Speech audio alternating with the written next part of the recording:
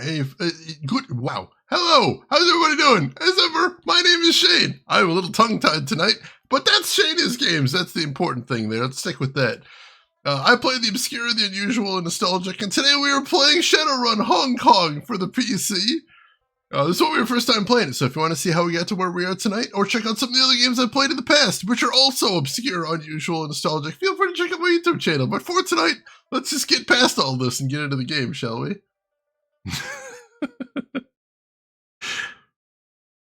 I turned on my camera and my entire head became empty, a blank slate, like I had never had a thought in my entire life. You probably could see it in my eyes, that moment of, what am I doing here? Where am I and what's going on in that moment? Oh. Usually the spiel works. The spiel did not work today. Did you ever run into an orc that needed a necklace? Not ringing any bells. No, I don't think so. Probably not. I feel like I'd remember that. Seamus, welcome in. How are you doing today? Hope you are having an amazing weekend and also go to bed. Veladrith, welcome in. Hope you're doing good. Sorry about the ad. Let's see. For some reason, the sight of blood, even my own blood, doesn't bother me. It's just something about a needle going into flesh that just makes me pass out pretty much instantly.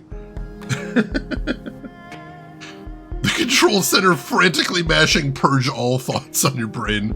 Basically.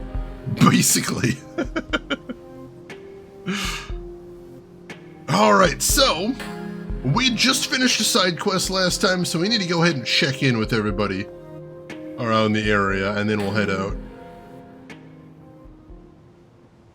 The sergeant tosses her cigarette to the ground and she grinds it under her shoe. With a flick of her heel, she sends the mangled stub over the side of the harbor, tumbling down to the churning waters below. Her head dips as she lights a fresh stick. As she inhales, she gives you a nod. Nice day for a stroll. Smoke steams out of her nose and mouth. These are all good responses. And you call me a criminal? Look who just littered. She purses her lips and her eyes narrow. You're not sure whether she's annoyed or amused. Funny. Now if you'll indulge me, why are you here? I got a question or two. Apparently I do not have a question or two.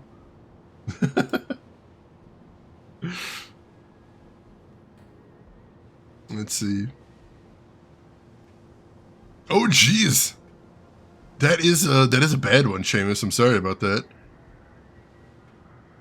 They had to put it back. Oh my god.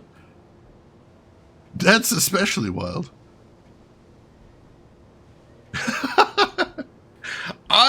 Here's the thing. Like, I am currently on meds for high blood pressure. And I don't know what my current number is, and I don't even know what a good number is.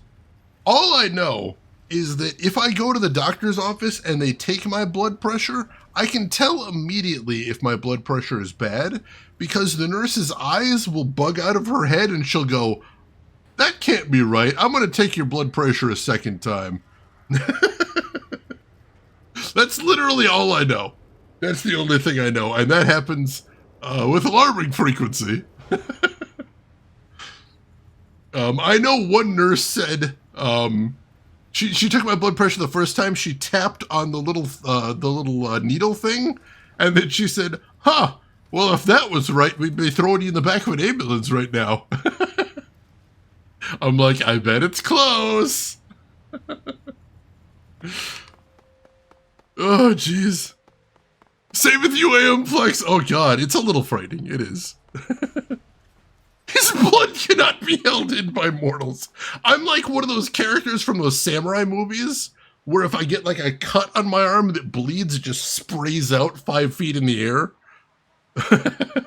Usually to complete the drama, I'll yell, "Ooh!" and then fall backwards. Just, you know, there's decorum to be respected when things do like that. Shane does like making numbers go up, or I do.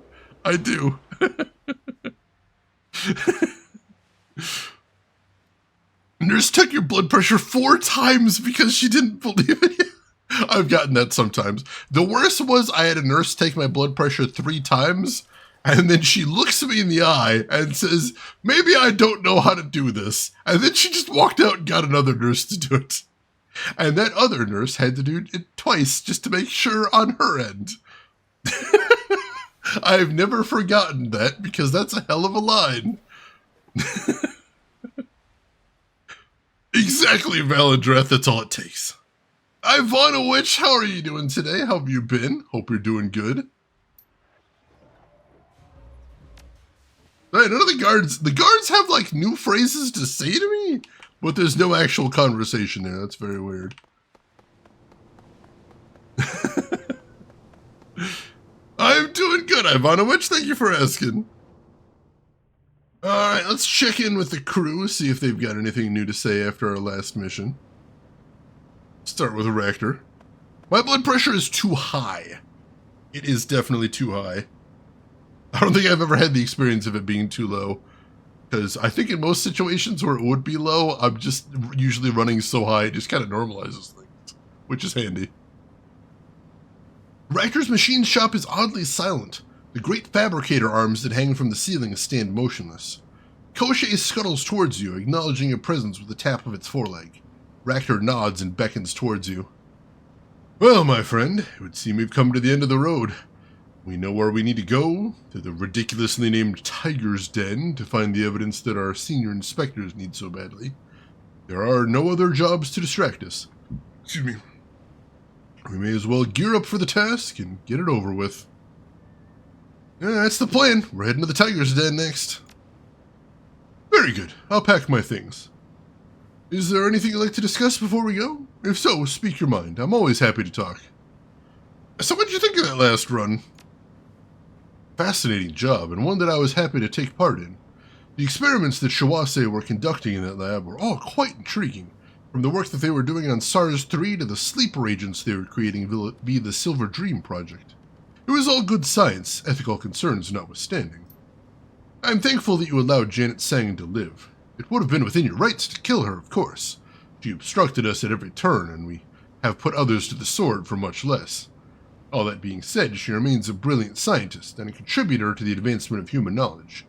I take comfort in knowing that she will continue to do so. I'm glad you support my decision. I do, my friend. Very much so. Alright. So I'm coming over to play the tabletop version. I love the tabletop version of this. It's so fun. It's a challenge to DM. It is. Because, like, whenever you've got a runner on your team, or whenever you've got a decker on your team, and you should always have a decker on your team, you're basically making 2 dungeons, one for the decker and one for everybody else. It's challenging, it is. Oh god, fall alls, that's a frightening question as well. Didn't faint, but you felt like you were going to? That's fair. I think it's pretty normal to feel a little bit swimmy after you give blood. Like I said, that's why they have the cookies and Kool-Aid. It's because you gotta get your blood sugar back up after you give some. Kill the Decker turn 1. Oh, if I could. Oh, if I could. Gaichu is hunched over, holding something long and thin in one hand and a short knife in the other. He shifts in place, and after a moment you see he's carving a stick. He's already notched several holes in the wood, and is busily trying to form it into an approximation of a flute. He appears to be struggling with the task. Let me see here. Maybe that will be better. He lifts the flute to his lips and blows. It produces a drunken warble of the sort that might be uttered by a dying bird, assuming it was underwater at the time. Gaichu narrows his milky white eyes at the flute, then hurls into a corner of the room. I know my limitations. Carving a flute is apparently beyond me, unless my goal is to frighten children. Now then, what may I do for you? You ever think about Ishida and the rest of your old team? Ishida, sometimes. The rest, not especially. I have made a concerted effort to put it behind me and move on with my life. Gaichu's lips twist back into a grim smile. Ishida I think about, because I wonder if he yet lives as a ghoul, or if he had been executed for his infirmity. I hope that he yet lives, and some part of what is left of his mind recalls what he has lost. That way he will perhaps remember how I, the inferior samurai, bested him. I don't think we did turn him into a ghoul, though. DLC released in 2016? I thought this came out in 2022, but that might have been the last time it was patched. I'm not 100% sure. But yeah, they do have a virus in here. A super virus called SARS-3. Thankfully, it doesn't have the actual symptoms anywhere close to COVID. That would be a little distressing. If you make separate content for the Decker, does that mean most of their part does nothing for parts of the session? Well, what it is you might have seen it in this game before, is when the Decker is doing their hacking, it basically puts them in a virtual reality dungeon. And for them to complete the hack, they have to fight off monsters that represent security systems and go through a maze to try and find the data in there. So while they're working their way through the digital maze, the rest of the party is working their way through the physical maze in the real world. Now, what a lot of DMs do is they have the virtual dungeons for Deckers be super short, and they give the Deckers several of them that are possible. So the Decker still comes along with the party, but occasionally has to stop to dip into virtual reality. Either way, it's still a challenging thing to manage for people coming off things like D&D, where they're expecting the whole party to stay together and basically do what everyone else is doing. Right, you're doing them simultaneously, basically. And that adds to some tension, too, because maybe the Decker is trying to disable the security turrets, while the rest of the team is trying not to get murdered by them. So that's kind of interesting. Alright, so it was 2016. That is a little frightening, Kiss, I'll admit. Hey again. Did you do something different to your room? It feels different in here. Duncan leans his head back, a puzzled look on his face. No? He looks around the cabin. No, what are you talking about? I'm not sure. Just got really cold in here, though. Duncan pulls off his goggles and looks around him. I don't feel anything. What's wrong with you? Let's just hope I'm wrong, okay? You can see Duncan's irritation growing. The muscles in his neck tense up. What the hell are you telling me? Spit it out, Girth. Well, I heard a couple sailors talking about some mysterious drownings around here. It sounded like they were saying a poltergeist was behind the murders. He leans away from you and groans, grabs his face in his hands and talks to the floor. Are you shitting me? A ghost? As in, not the kind of spirit that Comet summons, but an actual dead person with rattling chains and a white sheet over his head? Look, Girth, the Sixth World is a strange place, but I'm not an idiot, and I'm not about to fall into this half-assed prank of yours. I'm done. Get out. Shh, wait. You feel that? It's just a window. Probably left it open. Now stop this. Duncan, you don't have any windows in here. He stops himself and turns to examine the walls. No windows.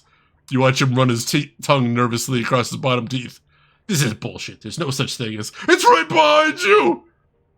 Duncan reels backwards, almost tripping over the dilapidated floorboards, and slams into the wall with a thud. His expression changes and shifts from horror to an embarrassed fury that you haven't seen since you were kids. Motherfucking fuck! He leaps to his feet and roars at you. Get out! But... His voice suddenly drops in volume to a menacing whisper. Leave now. You can tell he's crossed the point of no return. There's no reasoning with him. All you hear behind you is the heavy panting of Duncan as he watches you walk away. I'm going to go ahead and lay this down right now. 100% worth it. 100% worth it. Eric Director, welcome in. How are you doing today? Hope you're doing good. That was fantastic. I do appreciate that this game makes them feel like brothers. Because that is 100% brother shit. Can confirm. Isabel leans back against the octopus, her neck tilted back so that her head can rest on the thick rope of twisted wires and cables. Her misty white persona stares down on you from a wall-mounted display. The persona's white eyes look back at you. With her hands on hips, she leans forward. Can't talk right now, Max. I'm busy. Real busy. What's so important that you have to blow me off? There's a crackle of static from the display's speakers as Isabel's avatar sucks air through her teeth. Her voice quickens. All right. I'm in the middle of a fight, but I'm winning, so it's no big deal. Just destroying this Matrix jockey who's going too far with his jokes. Got him locked in the system right now, but it's fine. He doesn't pose a danger or anything. Sounds like a real dick. You don't know the half of it. He's been harassing good people for weeks, and recently he made the mistake of targeting me. Punishment is completely warranted. Now I gotta get back into it, or I'll break free from my torture program and... Torture? You said this wasn't dangerous! The persona lifts her shoulders up in a quick shrug. It isn't. Not to us. Listen, I can't monitor him while I'm talking to you. He could... Shit, he got around my lockout. Probably back in meat space pissing his pants right about now. Damn it, I wasn't done with him yet.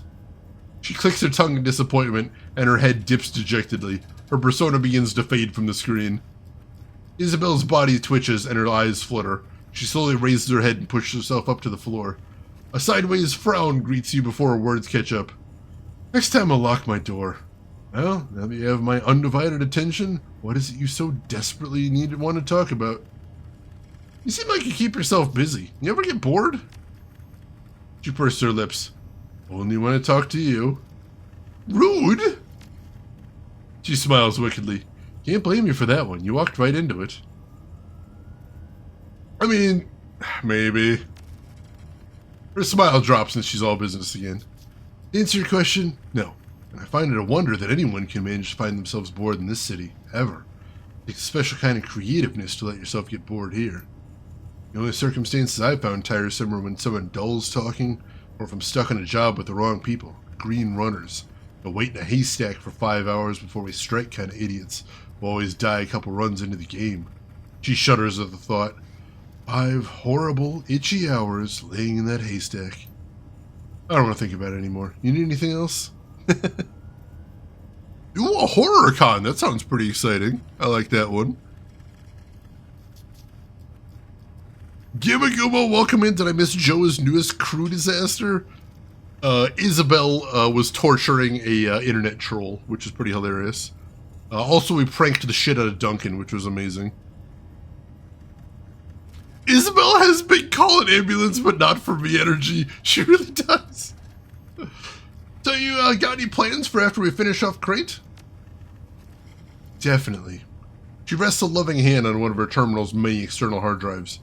Got plenty of upgrades I need to perform on the octopus. I'm gonna try converting her to a mineral oil cooling system. It's the new hotness on the boards.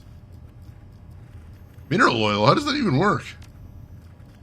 Imagine a computer in a fish tank. Now imagine that the fish tank is filled with non-conductive, easily cooled mineral oil. Add bubbles and lights, achieve victory. Well, best of luck with that then. She scoffs at you, as if I need luck.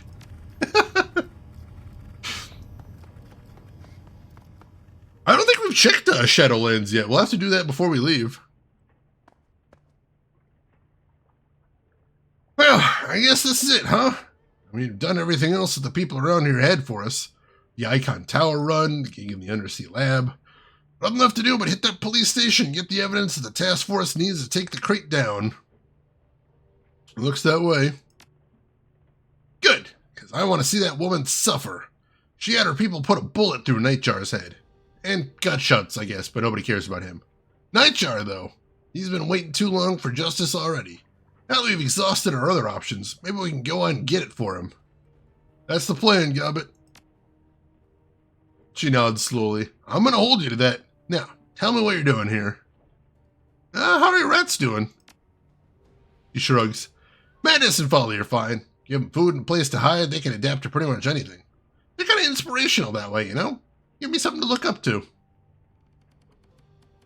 You look up to your pet rats?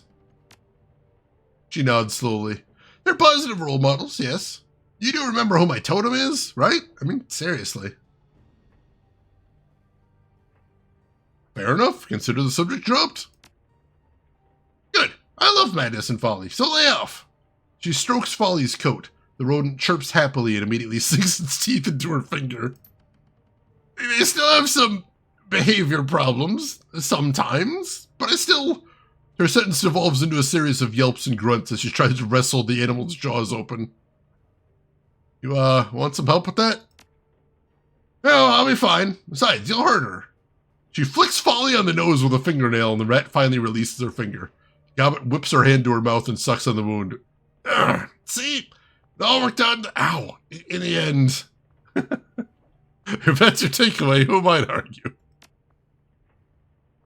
No one, that's who. She takes a deep breath and thrusts her bleeding finger into a glass of alcohol at a nearby table.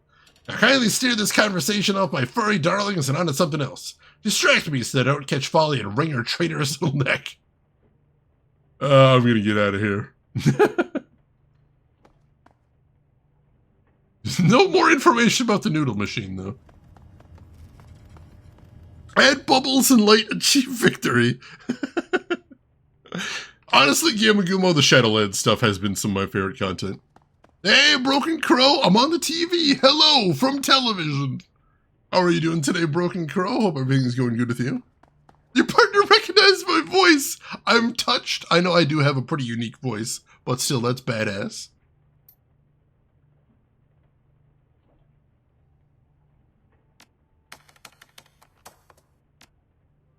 Alright, we do have some new Shadowlands stuff. Let's see what we got here. Thread graffiti. Has anyone noticed some really weird graffiti scrawled right by the Hayway entrance to the walled city? Free enterprise is not so free when corps have rigged prosperity. Dragon Eyes. Yeah, it's all over town, actually. How about this one right on the Queensway? Whom exactly does the council serve? What fate do treacherous tigers deserve? 1,000 years, Kevin. A dig at Eastern Tiger? The whole corrupt lot of them. I'm down with the anti-megacorp sentiment, but the versification could use a little work. Lame! Wimpoen 2056. But it's not just about the megacorps. Spotted this one by the Hong Hum Ferry Pier. Bullets erupt at 3:45. Who is the SDU searching for? Typhoon Strike. I know everybody who's ever picked up a can of spray paint in HK, but I don't recognize this work. I suspect we're dealing with some kind of collective movement. The taggers might not even be working together. Hey, Tagabit, is any of the graffiti in all caps? Do you see any, like, tiny little footprints in the paint? Pinky swear. For the last time, Pinky, you are not being stalked by robot ants. Wimpoen 2056. You won't think it's so funny when they come for you. Pinky swear. I don't know how Jivebot would be spray painting in the real world, but I did think that for a second, Emperor. Oh, you finished Brotherhood. What's your final review on it there, Broken Crow? Did you like it? I hope so. Rook's honor, I assume those were the exact words. How are you doing today, Rooks? Hope you're doing well. Thread, stuck in a pipe. Please help. I'm wedged in a pipe in the Lama power station. I was making a discreet exit via disused pipe system when my gear got hooked on something. Now I'm trapped in this fragging pipe and my partner's not answering his PDA. Excuse me.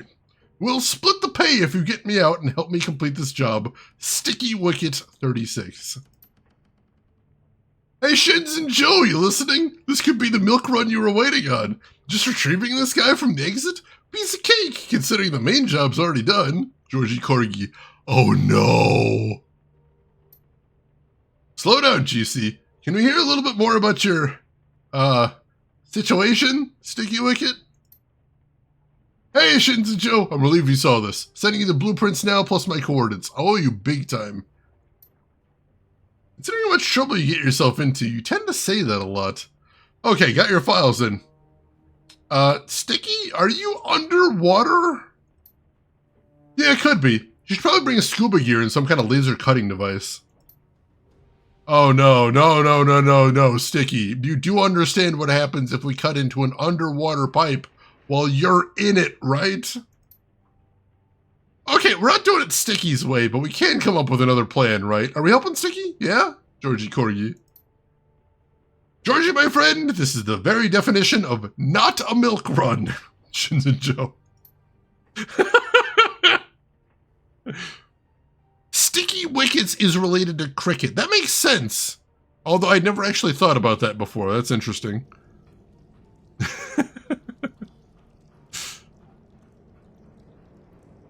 The Shadowlands, the writing is so good.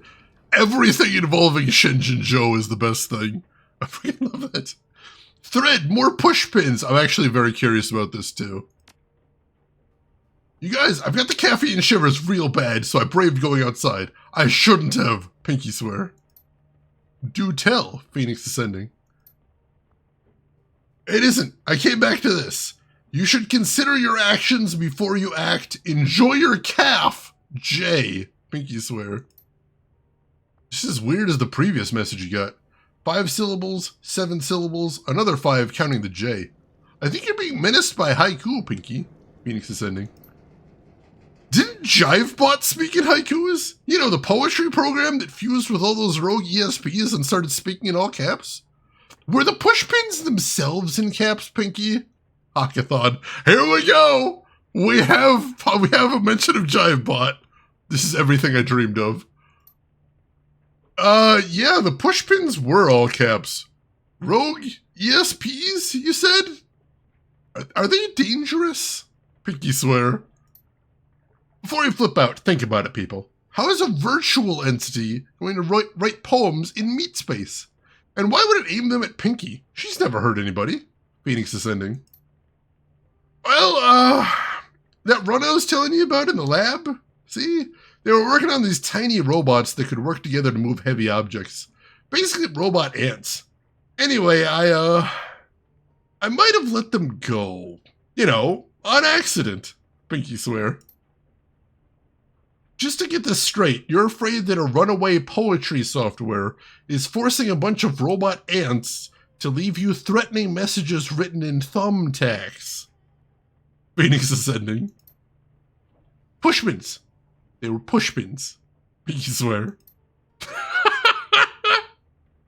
I want that storyline to continue forever.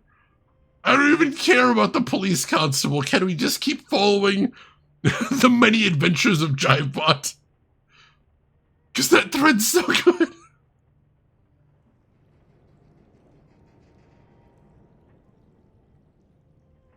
Oh god, Jivebot content, best content. Thread, more police files. Dang, combing through all these police file entries. Lots of boring misdemeanors, but here's a zinger. Kendall Chan, Cram Fiend, robbed banks to feed the monkey. No convictions yet. Yankee Noodle.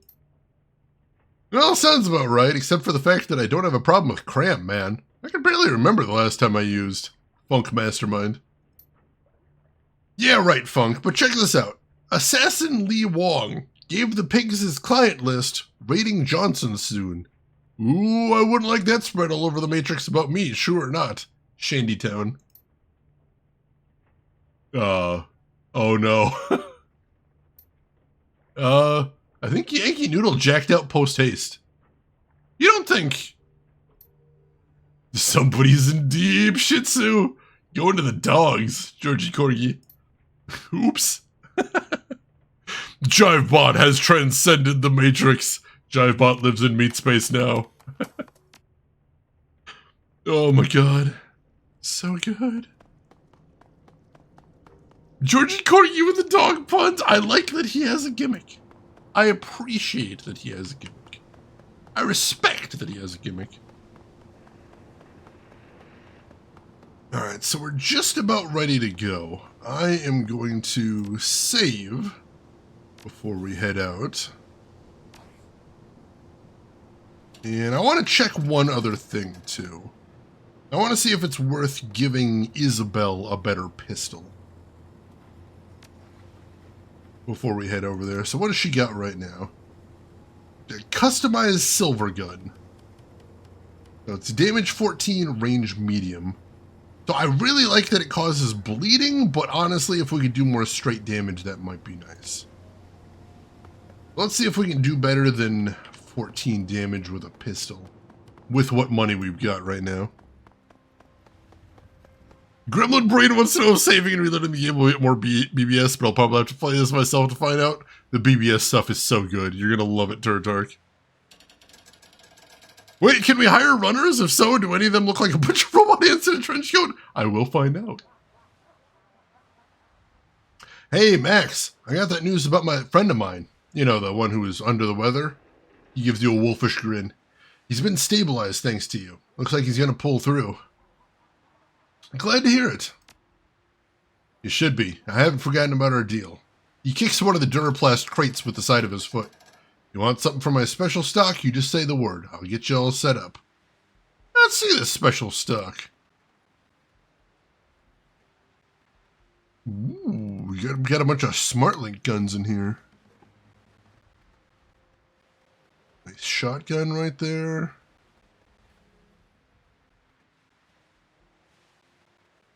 Its extreme rate of fire results in 2 additional attacks in burst and full auto. Cannot fire a single shot or aimed shot. Wow. All right. That is some very interesting weapons right there. He does have a damage 16 pistol right there, so that could be a thing. And Turtark has redeemed Invest in a Harvester sequel. So here's the thing. What if in Harvester 2, they have a thing like the Shadowlands BBS, Emperor, Broken Crow, and Gamagumo, and John have all redeemed Invest in a Harvester sequel. I'll have to make this one good. So imagine in Harvester 2, there's something like Shadowlands, where you can read all these different forum posts. John, that's 3 redemptions now, and Casita has jumped in. Holy shit. It'll be just like Shadowlands. You log in and you see all the latest threads and you can get caught up on all the gossip. Emperor, that's a 2nd redeem and a 3rd. So, you know, just like in Shadowrun, I think that could be really cool, really exciting. Alley Lordswood has also redeemed there. But here's the thing, there's a catch. Because you might think, wow, it must take a lot of effort and creativity to write all those different Shadowlands posts every single mission. Here's what I'm thinking. We just scrape Reddit. We'll just scrape Reddit. Not from recent things, of course, because that would be too obvious. No. We go back through the archives for like 10 years ago, and just every time you log into the Harvester 2 BBS, it's people arguing about PS4 versus Xbox 360 and stuff like that. Get some recipes for spaghetti and meatballs, stuff like that. Will it have anything to do with Harvester? No. Will it help you with the game? No. Will it be entertaining? No. Will there be literally tens of thousands of threads for you to comb through? Yes. Will I imply gently in marketing advertisements that maybe there are secret hints embedded in there? Yes. Are there? No, absolutely not. I think we've got something there. I'll deliberately steer clear of Harvester-related. That's fair. That's fair. So yeah, I think this could be a nice thing. And every once in a while, just to refresh it, we will run a quick find and replace that adds new spelling errors to some of the threads and then marks them as new again. Just so people don't run out of content. You don't want to run out of content. That would be so bad. All right, so he does have a damage 16 pistol. Let me see what he has in his regular armory, as far as pistols go. No, that is the best one. All right, I think I'm going to let her keep her existing weapon then.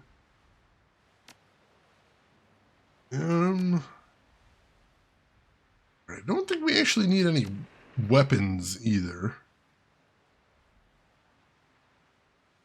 Pretty happy with Power Bolt. It's not exactly my strongest spell, but like I've got something to do there, so that's nice. Yeah, I'm pretty happy with my spell loadout as well. I think we're good there. So yeah, I think we're good. Jane, the video game we make is going to be the most nonsensical and glorious things. The reviewers will hate it, and that will only feed me. That only makes me stronger. Throw in the occasional double space rather than actual typo as well. Exactly, gotta keep them on their toes there. Oh, this is where you do cyberware too. I completely forgot about this. I don't think I want any cyberware here. Like, I've already got some.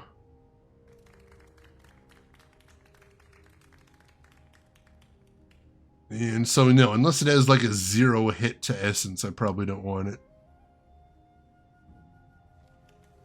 Jolt alert, that wouldn't be terrible. Stimulates the nervous system to jolt a stunned user awake. Passive, if the user is stunned, they will automatically be jolted back to consciousness with 1 AP. That might not be too bad. And that is 0. 0 essence. So I could take that with no cost.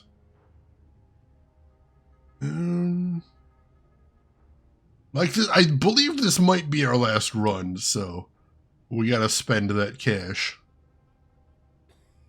Tailored pheromones, +1 charisma. We've already got pretty high charisma, though. Alright, yeah, Jolt Alert actually sounds really nice. Let's get that. Where was it again? Miss it? Somewhere? There it is. The reviewers will hate it, and for once, they're actually right. I do use willpower, so Pain Editor would probably not be a good thing. Is that like your last meal? I hope not. That sounds bad. Now let's get Jolt Alert. Still in the left arm slot. Won't affect my essence at all.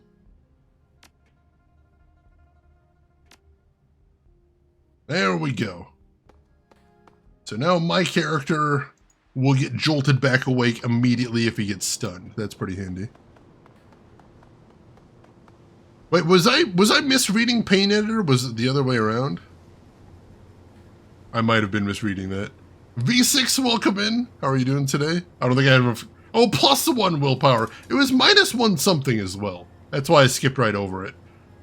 Because I saw it was +1 to one stat, -1 to another. I'm like, probably not. -1 intelligence. I don't remember if I use intelligence. That's probably a bad sign. Either way, I can see Jolt Alert coming in handy.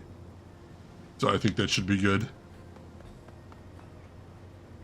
Alright. Jomo, we may as well get this over with. Take me to the Tiger's Den. We will be taking with us Isabel, because we always need a decker. Ractor, because my god, that drone is good. And Duncan, because he does some good damage output right there. Rux! When you say it like that, it sounds terrible. Alright. Check for ants! Oh, I forgot to... Damn it, I forgot to check for ant runner. I doubt there was one, but that's a funny thought either way. The Tiger's Den. The drunken mistake screams over Kowloon Bay, cutting through gray weather and grayer waters. Around you, grim faces watch the skyline ahead as Jomo steers you towards Crate's headquarters, the Tiger's Den. Chew and Lamb have assured you that if everything goes to plan, the run should be relatively low risk. Ample experience tells you that plans often go astray, and that low-risk Shadowruns rarely stay that way. But you also know that the reward for this run outweighs the risk. The incriminating data from the den's evidence room should be more than enough to bury Crate, expose her client, and cement your position with Kindly Cheng forever.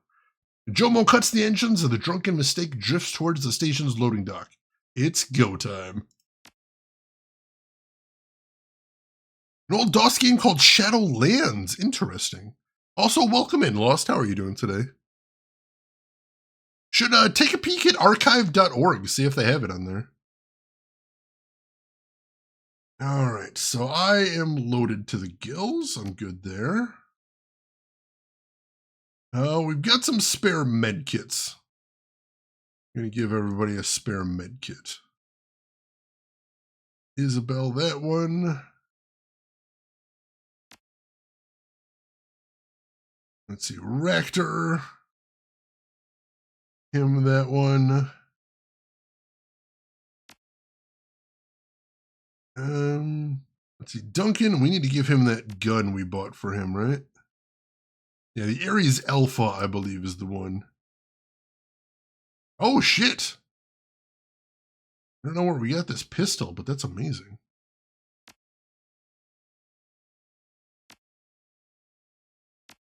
So yeah, let's give him the Ares Alpha. And we will give him 2 med kits. Because we may as well just give everybody all the med kits. We got in the previous one, all right. Give that to Isabel? I cannot give that to Isabel. But she does not have enough slots for it, I don't think. Yeah, Isabel does not have a slot for that. Shoot. So we couldn't upgrade her gun either way. That's interesting. All right. It was worth a shot.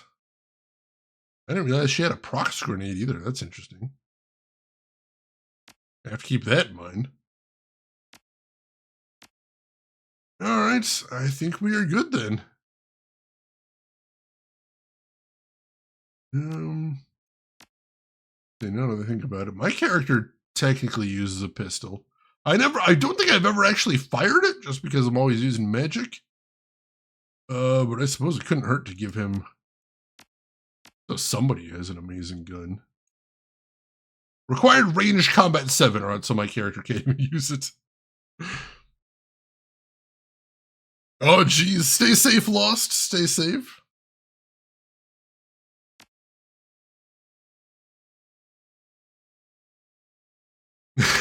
Rooks with the perfect emote right there. I'm gonna hold on to my karma for the moment. I don't really have much good to spend on it, I don't think. The wood of the dock feels comfortingly solid under your feet. Your stomach lurches anyway, the legacy of a long, bumpy trip hidden under a tarp in Jomo's speedboat. The sound of water sloshing beneath your feet isn't helping. That was a nightmare. If I never have to ride like cargo again, it'll be too soon. She sponges water off of her cyber deck with the sleeve of her coat. Seriously, let's not do that again. Hell, I'd rather swim back home. Captain Jomo barks out a laugh. Wouldn't recommend that, beautiful girl. Lots of sharks out there, both normal and awakened. Nastier things, too. Any one of them would be all too happy to snap up a little thing like you. Sharks, huh? He glances down at the water, his mouth curling into a frown. Well, keep it in mind. I will wait here with the boat. You come back to me when your business is done, and I will take you home. He gestures at a uniformed constable in the distance. She nods slightly in response. You see her? That lady there, PC Cheng, is your contact. She can get you into the building. Figured as much. Be ready when we get back. We might need to leave in a hurry. Of course! Jomo knows how to play the getaway driver. He will do his part. He waves you away with a gnarled hand. Go on, raid your police station. I will wait here with a drunken mistake and protect her from the advances of any swine who might try to impound her. He casts a longing look back at his speedboat. Don't leave us waiting too long, yeah? Jomo is possessed of many fine qualities, but patience is not one of them. Don't worry, we'll make this as fast as we can. Let's see, do I want to spend my karma on anything else? I was kind of hoping we'd get like a little bit more before the end of the game, but I don't know that we are, so might be a good idea to spend it. Well, I could get a new etiquette. I could get a new etiquette, so that'd leave me with 3 points left. I don't think I could do much with that, but wouldn't mind a new etiquette. Wouldn't be terrible.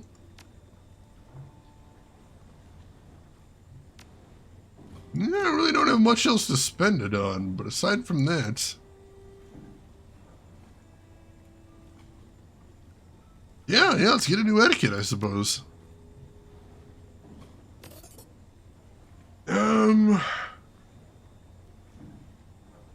Let's get etiquette... Etiquette security. That seems like that might be a good thing to know going into a police station. Alright. Let us head inside then. If there's anything else to see in here, I don't see anything. The constable beckons you forward nervously. She's doing her best to stay calm, but you can see that she's sweating. As you approach, her gaze keeps flitting back to the station door. You're here, right on time. Good. She brushes a strand of hair out of her eyes. I don't think I could have waited much longer. Hey, Constable Chung, nice to meet you too. She raises a finger to her lips, shushing you. Don't use my name. In fact, just don't speak. I'm in a compromising enough position as it is. She reaches into one of her voluminous pockets and fishes out an object. A slip of plastic, slick and shiny, connected to an alligator clip. The word visitor is emblazoned on the front.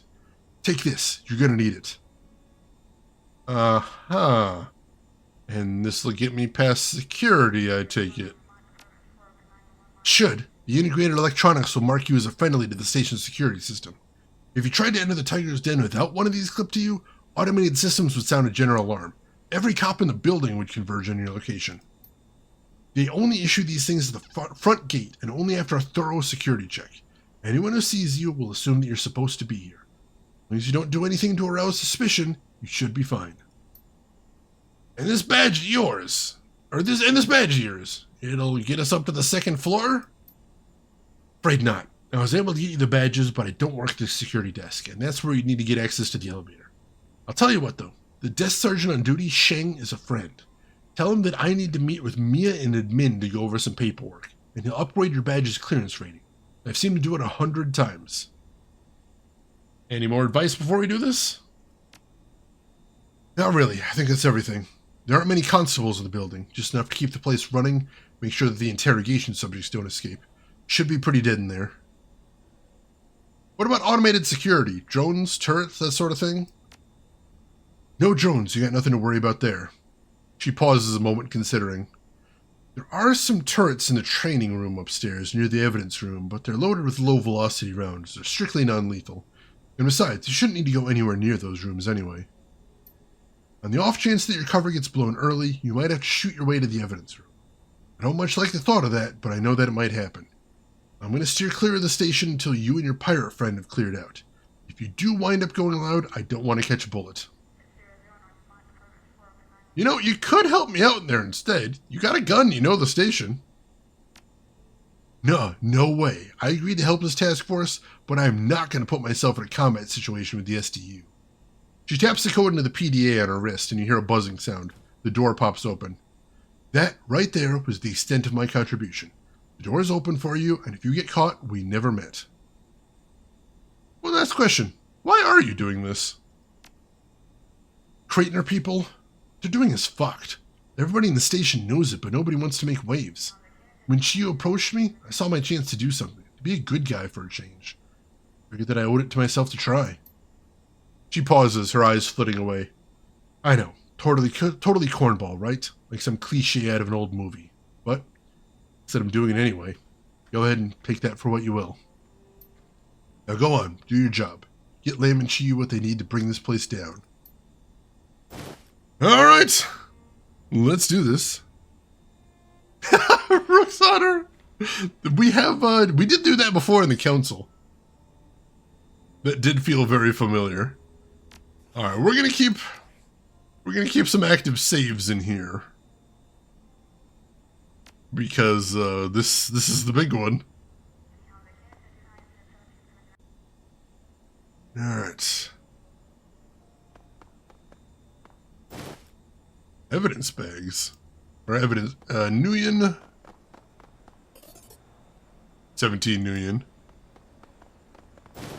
And a crumpled note. Let's see what we picked up here. An evidence bag filled with SIM chips. The seal has been broken, indicating that it has been tampered with. Based on the paper insert, they're BTLs, and the last person to check the bag out is Constable Ah Young. Crumpled note. It reads, Ah Young, I need you to finish the following task before clocking out. I'm not going to have a chance to... This is followed by a bullet-pointed list of bureaucratic duties. Interesting, interesting.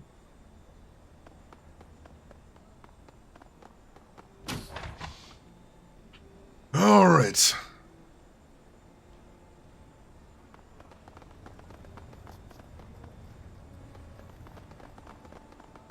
That's the security desk sergeant. Let's talk to him. The desk sergeant looks up from his book of crossword puzzles, his nose wrinkling in irritation. He fumbles for an oversized hand scanner, lifts it to your chest, and sweeps a beam of laser light over the barcode on your visitor badge. What can I do for you, Mr. His gaze shifts to the screen of his PDA. He reads the name that is scanned pulled off your badge. Mr. Weber? Good evening, Sergeant Sheng? He shakes his head brusquely. Afraid not. Shift change. Sheng's on smoke break. So, do you want something or not? If, for anyone keeping track, that's our first complication already. Jeez.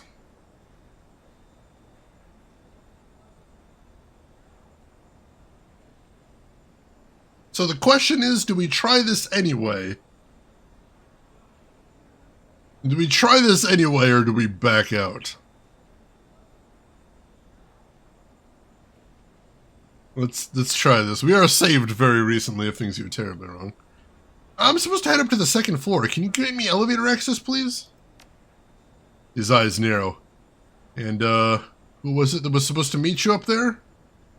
I need to talk to Mia and admin to go over some paperwork. Uh-huh. And, what kind of paperwork do you need to go over with Mia? Oh, a friend of mine got picked up during the Kowloon City riots. He's being released. I was told that Mia had something I needed to sign. Oh, one of the lucky ones, then. He frowns. Thought we'd already released all of them. I don't know anything about all that. All I know is that my buddy's ready to get out of here. Alright, I'll upgrade your badge. The desk sergeant's fingers clatter against his keyboard. After a few seconds of typing, he unhooks a small device from his belt and waves it in your general direction. An LED set into the device's case turns green, and you hear a chiming sound from the badge on your chest. Get your friend and get out of here. Make sure that he understands how lucky he is. When we tell people to stay inside, we mean it. Thank you, sir. His attention has already shifted back to his crossword. The only response they receive is a non-committal grunt. Whew, thank goodness for fast talk. Let's see. Ball Blair, I'm doing good. How about yourself? How's everything going with you today? Alright. That's lockup. I don't think we need to get in there. I see cameras. I'm not a fan of cameras. Oh, and don't let that obviously non-standard deathbot track blood in the halls. I imagine they see a lot of curious people with visitors' badges in here. They might not even question it at this point. Alright, let's poke around a little bit, because if there's any way to disable those cams, I suspect that would be a big deal.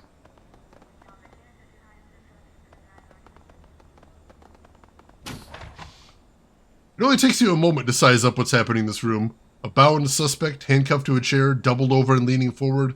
A red-faced, sweating HKPF constable standing over him, his hands bunched into fists. I don't know who you are, but you'd better close that fucking door! The constable slams his fist into the bound man's stomach. Shut it now! Suspect's voice comes out in a ragged gasp. He's fighting for air. Help me! I haven't been charged with anything, he's just beating... The constable's fist pistons out again, and this time connecting with the bound man's side. You hear a gunshot crack of snapping ribs. Shut the damn door! Sorry to interrupt, Constable. Carry on. As soon as you stepped away, the constable punches a button on his desk terminal. The door slides shut with a click. My name's Paul, and that shit's between y'all. Starting my first job in a week, so I've been getting a lot of stuff ready for that. Excellent. I hope it goes well for you. I hope it's a good fit. How's Shadowrun treating you? Pretty good so far. We might be on the final mission here. So that's pretty tense. Ooh, hello. That is a vent.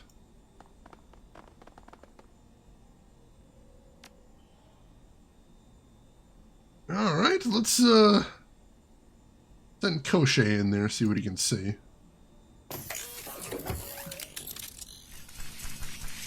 Koshe, take a peek in there.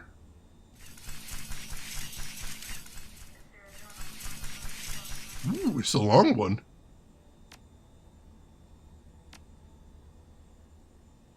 Let's see, where does this lead to? There we seen that room yet? We have not seen that room yet, I don't think. Oh shit, that's the interrogation room. A bound suspect sits in the center of this room. If either of them notice the drone in the room, they don't show it. Help! I know you're a nobody, but even nobodies have their uses. He punches the suspect again. These bruises will send a message to your boss. You know the saying, show, don't tell. Enough! My boss, I'll get the message. His fist pistons out again, catching the bound man in the sternum. Sorry, pal. It's nothing personal. Let's see. The suspect's chest heaves as he struggles to suck in a breath. The constable who is beating him leans in to inspect his own work, and then freezes. Slowly he begins to turn. What the hell? His eyes go wide at the sight of your drone. He makes a grab for his comm link. Oh god. Oh, of course he's out of actions. Of course he's out of actions. Oh god. Oh god.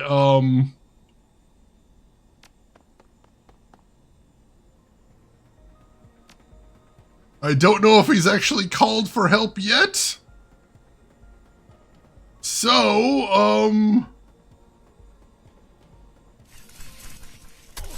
let's see if I can murder him. Oh, it does so little damage, but I don't want to use a gun. I'm really worried about how much noise that would make. Oh, I guess it doesn't matter now. Shit!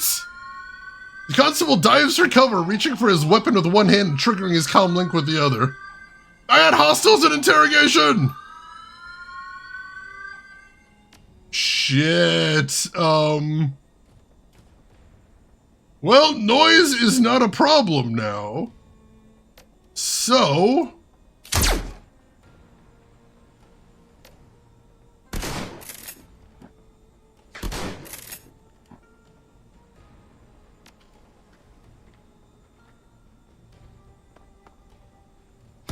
Wait, are they hostile to me even though they don't know I'm in here? I hope not. That would be rude.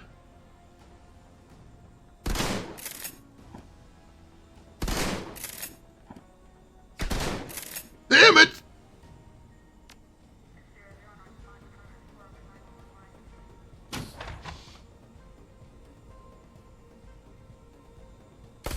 Yeah, somehow they know we did it. Ugh. Fuck it, I'm gonna reload. That was dumb. I'm gonna reload because I had absolutely no idea I was going into the interrogation room there. Shane still did it again? I didn't realize where I was bubbling into. That was unfortunate.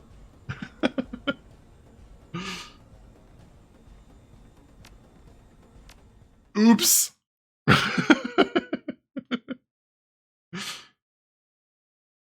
Yeah, I was trying to find a way to do this more quietly, and I accidentally do the loudest thing possible.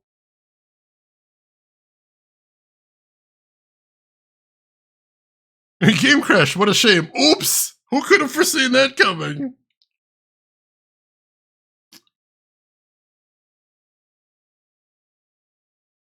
Well, now we know absolutely not to do that.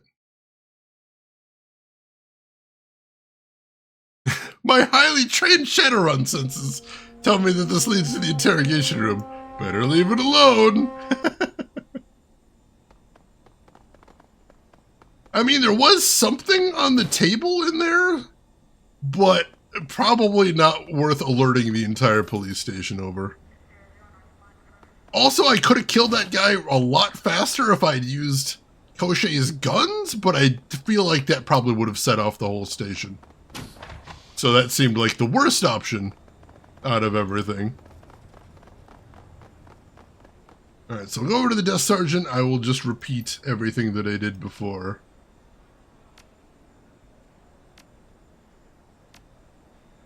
Just don't change anything. We get the new badge. There we go.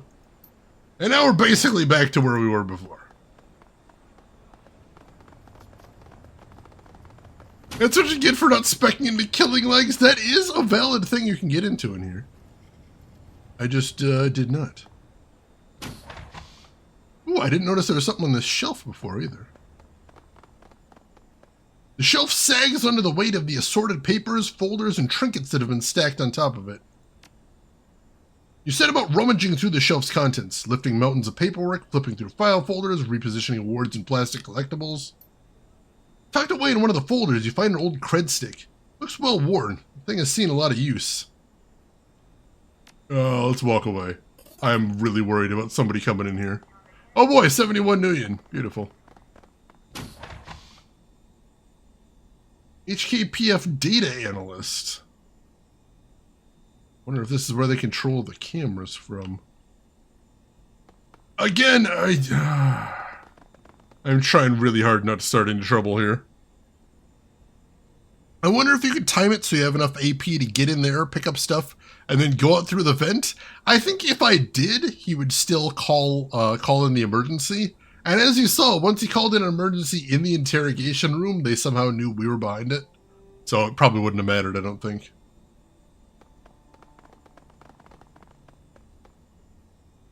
The elevator's access panel is simple in design. A chamfered box of hand-anodized aluminum, outfitted with a card reader and a set of inset speakers. There's no screen to look at, no button to press. The card reader is the panel's only input. Swipe my pass. The light above the elevator flashes green, and a happy tone chimes out the access panel speakers. The elevator god nods at you. Looks like you're clear to go. Remember, while you're up there, you need to stick to the areas they've been granted access to. No further. Oh, you bet!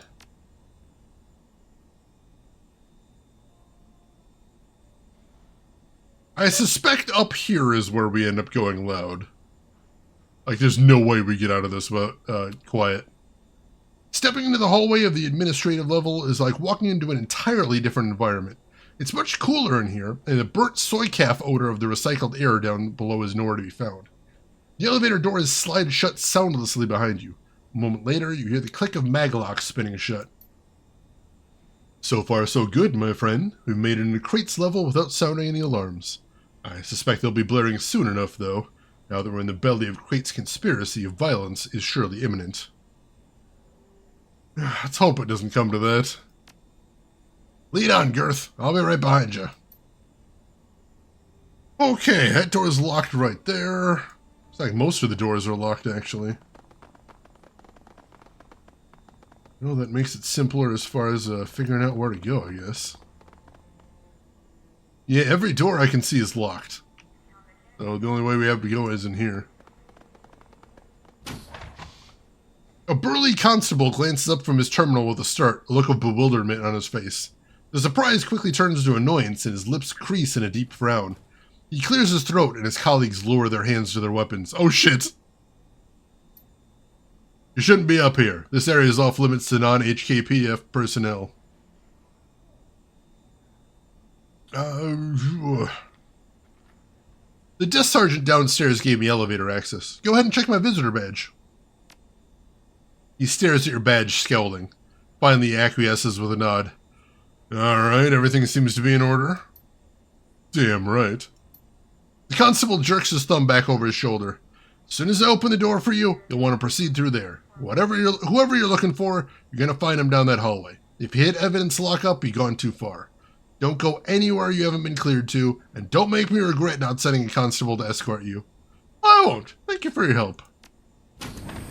A non-committal grunt is the only answer you get. The constable returns their attention to their terminals.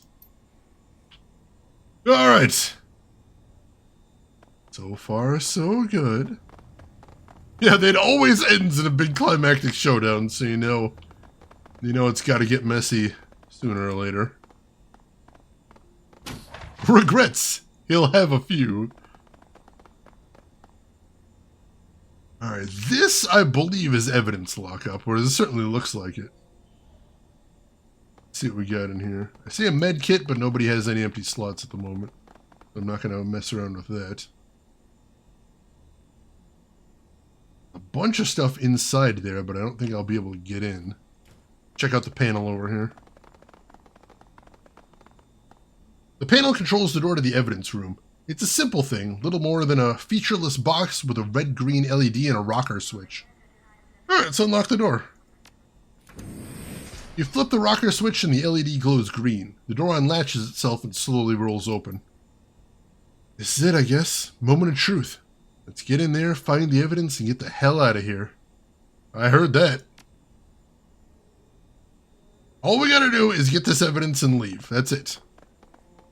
Got drugs there, we don't need those. Project files. Project Zeta. That doesn't tell me much. Nuyen down there, but we really don't need it at the moment. The terminal comes alive at your approach, its display filling with ghostly amber text. Hong Kong Police Force Departmental Evidence Database, Aberdeen Station. Press any key to begin. Guess this is it. Whatever evidence Chiu and Lam are looking for, it's gotta be in there. Go on, Max. Search for something. Project Zeta? I was thinking of the old cartoon Zeta Project. I don't know if anybody else remembers that one. Enter a search term. Crate. Searching for term, crate. File not found. Volume and drive C has no label. Wait a second, what the fuck? She leans into the screen staring.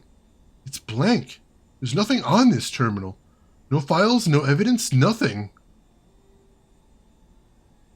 Looks that way. Someone must have known we were coming. That's it. We gotta cut and run, and we need to do it now. Agreed. We're out of here. Yeah, that's the only terminal in here, and that's suspicious. Oh, God. Is that Inspector Chiu? What the hell is he doing here?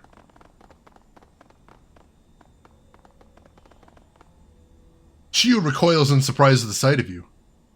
Max, you're alive. What the hell is going on in here? You tell me, what are you doing here, Chiu? We lost contact with you. Your body cam's cut out, your condition monitor flatlined. You should be... The sentence trails to nothing. Her eyes narrow. The evidence. Did you find it? There was no dirt on crate in that room, Chiu. No data files, no video, no nothing. What have you walked us into? What the hell is going on? Someone is playing with us. Not just you, but me and Lam. And that means they know about the task force. Wait, Chiu, we don't know. Yes, we do, Lam. Wake up. We're in trouble here. Ready your weapons, Max. We're being fucked. Lam lets out a sigh. Yes, Chiu, you are. What the fuck? Strange energies arc up from the ground, taking the wind out of your lungs and the strength from your legs. You crash to the floor like a sack of bricks, the impact sending bolts of pain from your knees up through your spine. Out of your peripheral vision, you see Senior Inspector Chiu go down, her lips curled back in agony. Your world dissolves into a sea of pain. Lam glances down at you, frowning. Sorry about this, Mr. Brooks. If there were another way, I would have taken it. You know how it is. Nothing personal. He turns to Senior Inspector Chiu, a hint of a frown tugging at the corner of his mouth. He looks into her staring eyes, reads the outrage and betrayal in her face, and sighs. Believe it or not, I'm not doing this to hurt you either. Hell, I'm trying to fix things, but you're in too deep with Mitsuhama to see that. I could try to explain it forever, but you'd never understand. He turns away, peering down the darkened hallway ahead of you. You can come out now, Wallace. It worked.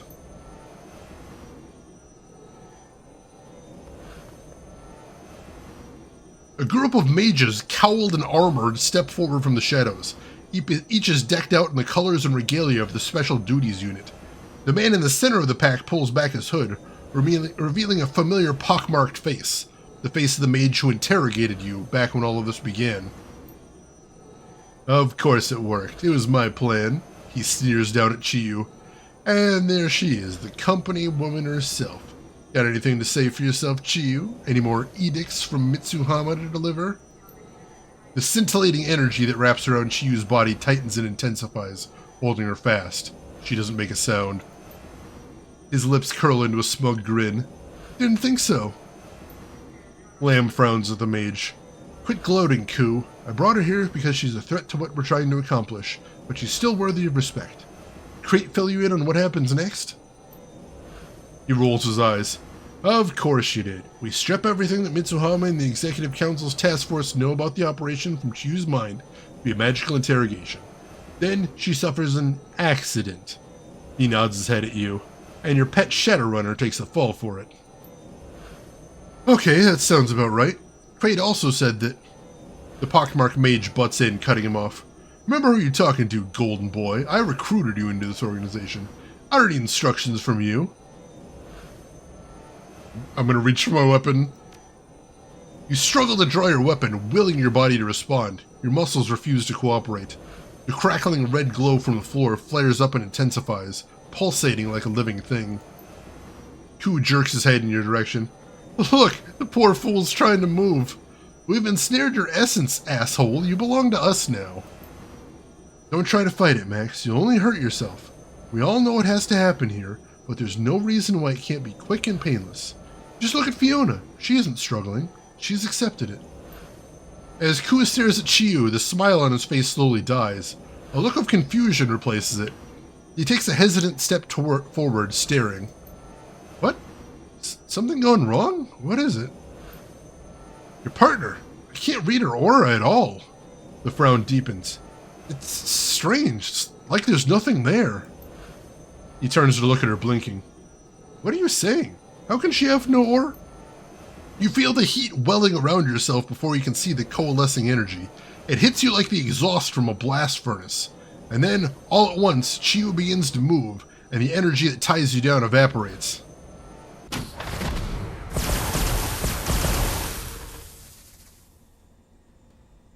Now we're talking! Objective added, return to Jomo to escape the station. Chiyu must survive. Oh, hell yes! It was a trip! That was awesome! I am very happy about that. Alright.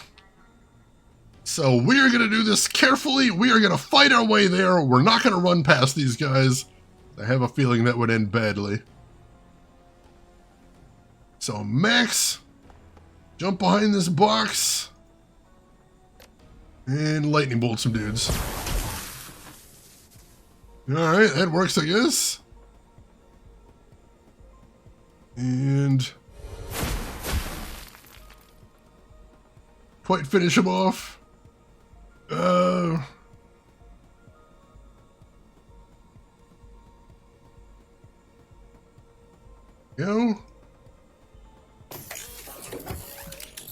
Alright, I'm gonna go ahead and buff his aim, but I'm not gonna overclock him yet.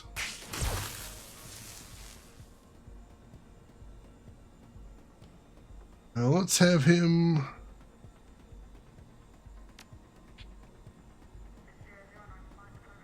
let's have him advance to right here.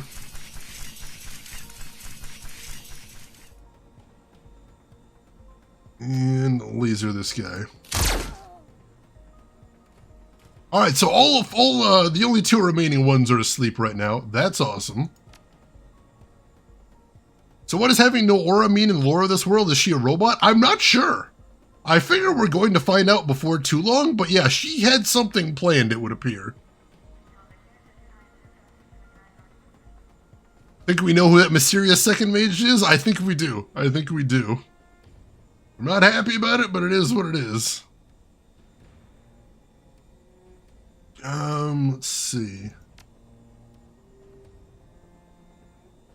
No, it's too risky. Let's have Duncan run in here. And then let's have him make sure he's on the right weapon here. Now he is. Yeah, we definitely want to keep him on the new one. Alright, that one's down. Let's see, Isabel. You are going to run over here. Alright. The last of the mages tumbles to the ground, crashing into the linoleum in a bloody heap. Chiyu glowers down at Lamb, her expression clouded with betrayal. I didn't think it'd be you, Lamb. Her voice is like the snarl of a wounded animal, full of rage and injured pride. Kua's betrayal doesn't surprise me, but you had me fooled. Lamb stares up at Chiyu, wide-eyed and unblinking. The entire left half of his torso is charred, carbonized. The synthetic fibers of his suit have melted and fused with the burnt flesh, causing the wound to look disturbingly slick. He doesn't scream, he just stares. How? It's all he's able to croak out. His voice is weak, but you don't detect any pain in it, just confusion. Chiyu fishes an object from underneath the neck of her blouse, a slender talisman on a silver chain. A gift from Mitsuhama Corporate.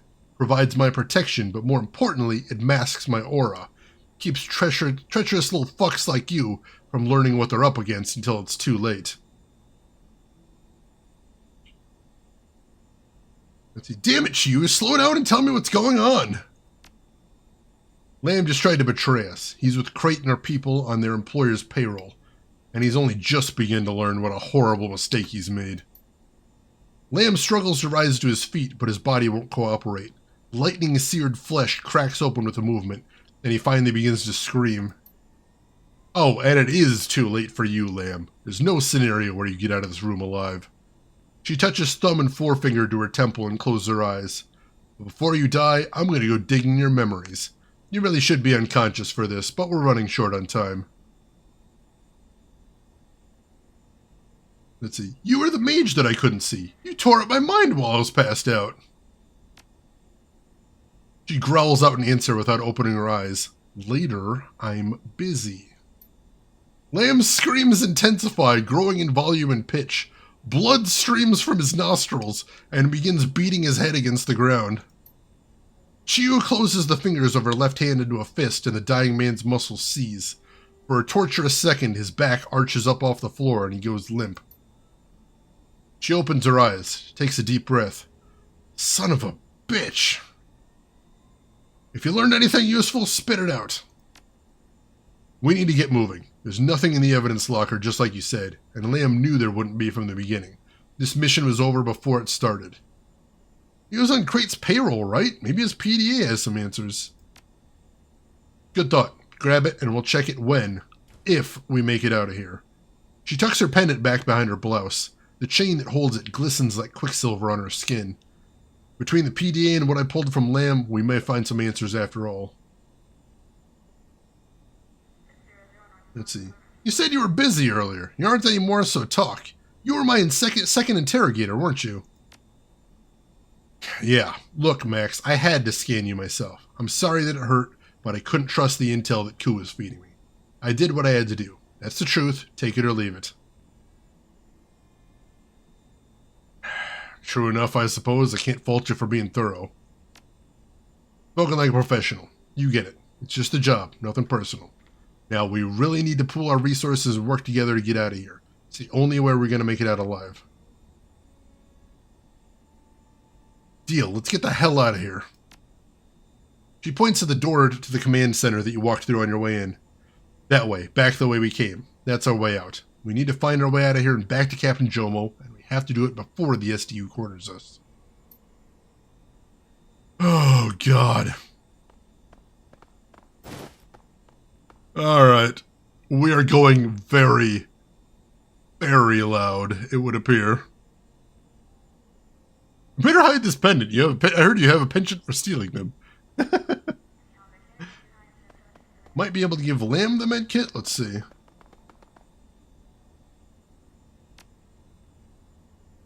Or a Chiyu, right there.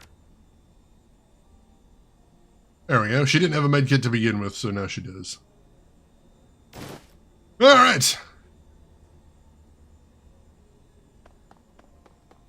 Oh, it's gonna get messy. Attach is loading her. Alright, let's go ahead and save. Since now is when it gets difficult. Oh, God.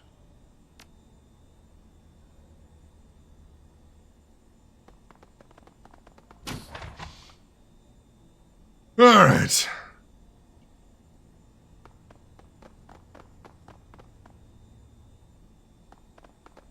I don't see anybody in there. Command Center Terminal. Where is everybody? Chiyu types a rapid-fire series of commands into the terminal's keypad. A moment later, the system's ring of integrated holo projectors hum to life, and a shimmering column of light appears over the machine. Mitsuhama command codes still work. I've taken the system out of standby mode and powered everything back up on this floor. She cracks her knuckles. Let's see what we're up against. As Chiyu's fingers fly over the keyboard, a cascade of information flows into the holodisplay. Countless windows, charts, and spreadsheets blossom into existence, like ephemeral, ghostly flowers, hovering for a few seconds before winking away. The senior inspector's gaze flits from window to window, and the confidence on her face slowly dies. Well, that inspires confidence. She pulls back, her cheeks slowly draining of color. Oh, shit. More good news, I take it. Not exactly. Looks like Crate had her people on and her people had a contingency plan. Something to spring on us just in case their mole dropped the ball. Keep talking. SDU has the building surrounded. All of the land exits are covered. They've got us completely locked out of the elevator, and they've got boats coming in to cover the harbor. The bastards have also dispatched an HTR team to dig us out. They're already in the building heading to this location. Ah, perhaps we should hurry back to Captain Jomo. Have an exit strategy for us, Senior Inspector? Working on it. They've denied us access to every conceivable route off this level, but I might be able to bypass one of the lower security locks. Her fingers fly over the keyboard, and the menus on the holodisplay flicker and whirl. Yeah, that should work. There's a flight of stairs around back. It'll take us all the way down to the motor pool. I can try to force the lock, but it's going to take time.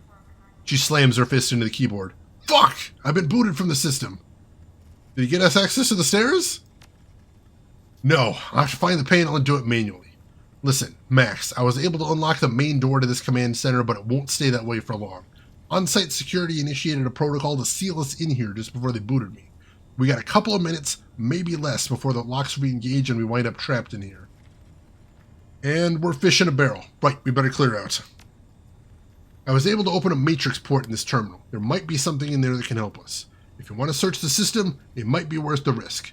Otherwise, we should clear out of this room before we get sealed inside.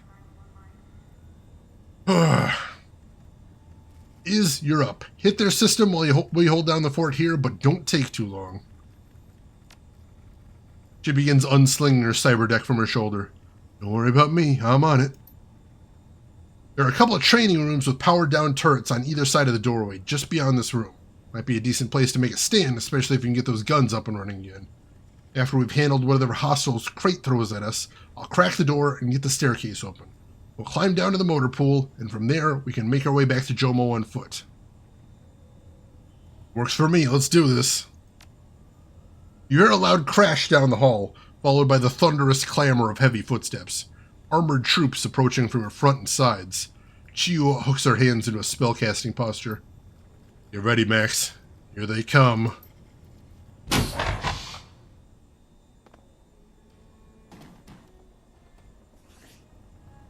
Alright! Alright!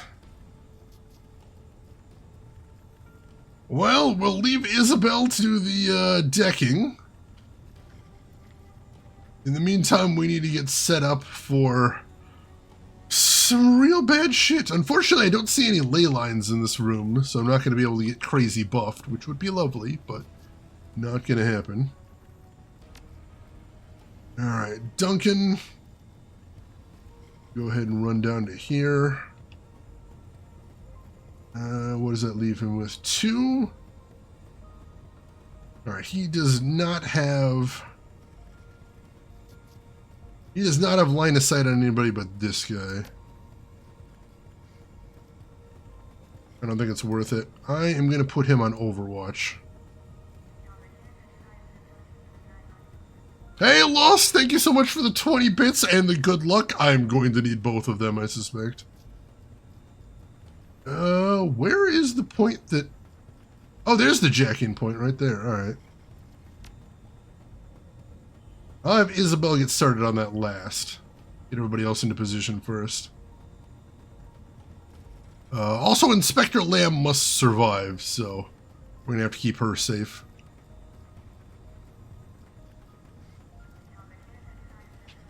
Alright. Let's see. Max, you're gonna run over here to bait grenades. Because that shit's hilarious.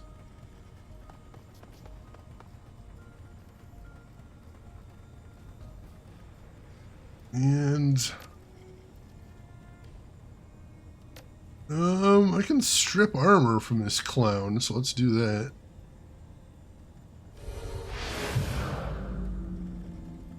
And I can't go on Overwatch, so I may as well shoot at him, and although I'll probably miss.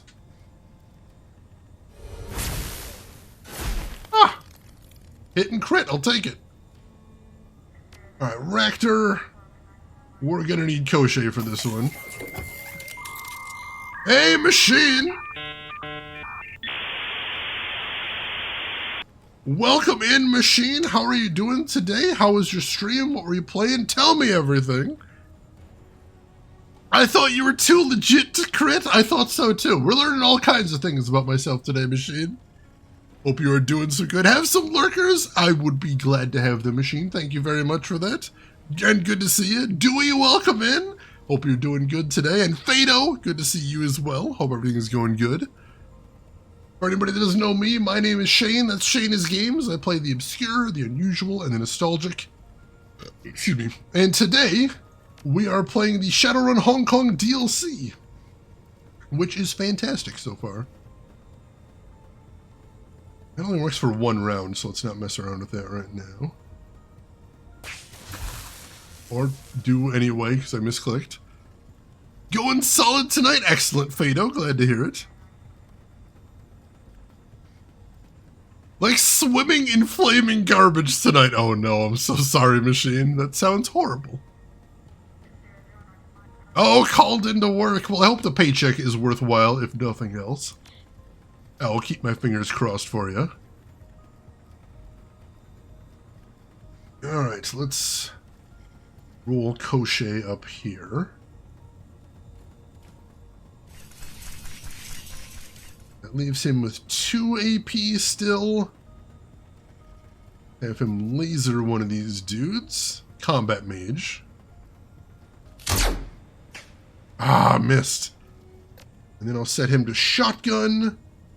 And I will put him on Overwatch as well. Alright. What do we have next? We don't have too much else we need to do here. Alright, so the Inspector is another mage. That makes sense. Let's have her run over here, I think. Because I have a suspicion we're going to need her firepower to get through this as well. We're going to have her cast Deflect on herself, though. Because, you know, she needs to survive this.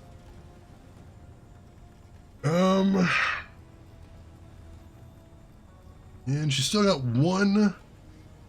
Let's have her cast Dual Aim on herself. Actually, no, if she's got one left. I'm going to put her on Overwatch as well.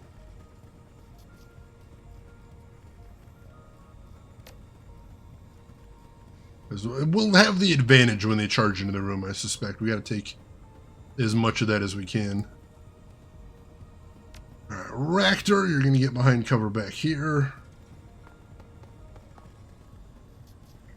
And Isabel, get you jacked in.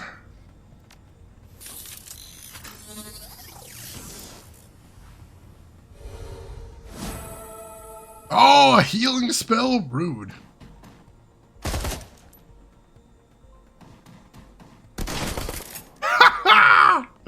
Overwatch. Beautiful thing. Fair enough, machine, fair enough. You do what you need to take care of yourself. And we will be around when you get back, I am pretty sure.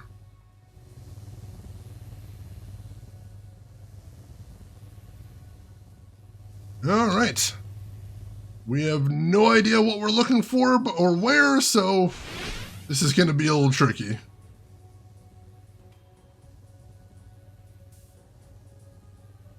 Oh god, and those are black ice. Which means not only can they hurt Isabel here, they can hurt her in the real world. That's real bad. So let's roll back here. All that's in here is armory access and medical access. You know what? I don't care. Let's leave. We don't need to be doing that, and we don't have all the time in the world. Let's be efficient. Let's not take unnecessary risks.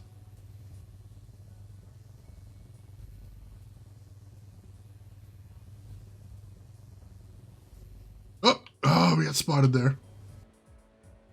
All right, I'm going to run over to here so I don't get spotted by anybody else, I don't think. And then for that guy, increase my 2 hits. Luckily, you notice the trace on this system is 300, which is good because we're probably going to be here for a while.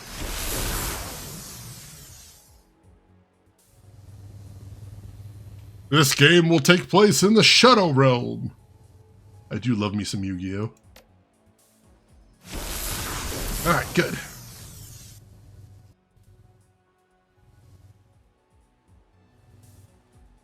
Alright, we got some more baddies coming in here. Although I can't see them yet.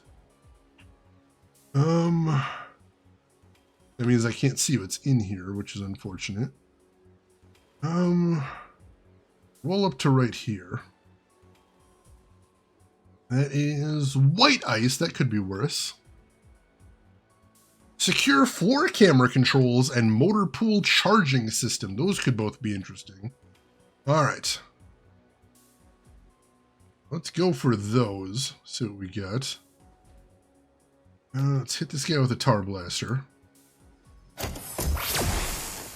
There we go. Oh, god damn it! I thought that guy was going down the sides. That's unfortunate. Alright, we gotta kill this guy. Unfortunately. Damn it! Alright, that'll work.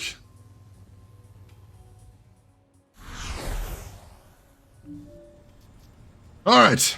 So as you can see, Isabel can get a lot done in one round, which is pretty nice. Though we're going to want to leave once the count is at 2. I'm not messing around. We're giving ourselves 2 rounds to get out of here. Let's see. Max, go ahead and cast Wild Aim on Duncan. There we go. Duncan. You can aim shot at this dude. Nice.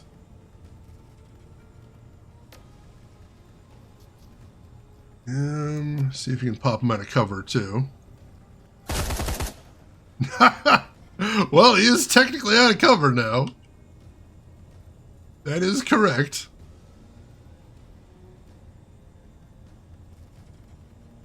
This ain't no disco. This ain't no fooling around.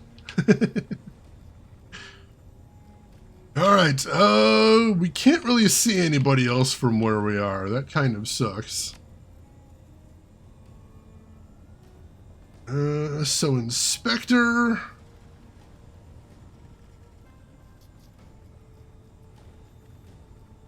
You go ahead and cast Dual Aim on yourself.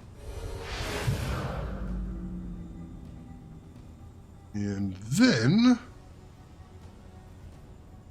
yeah, why don't you go ahead and Overwatch on the door.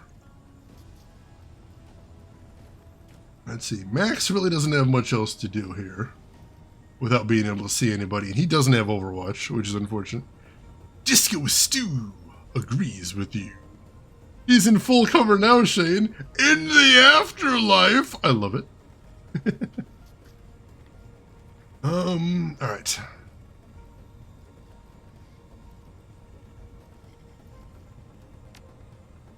Let's go ahead and put you on Overwatch towards the door. I don't think that'll trigger. Koshe, you are also going to Overwatch towards the door.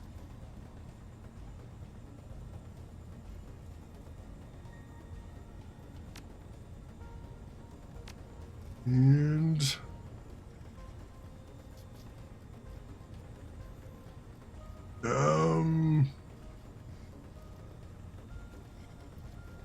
I just want to make sure this doesn't mess anything up.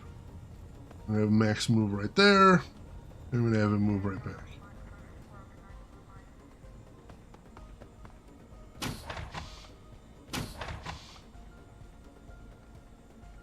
Well, there's a dude.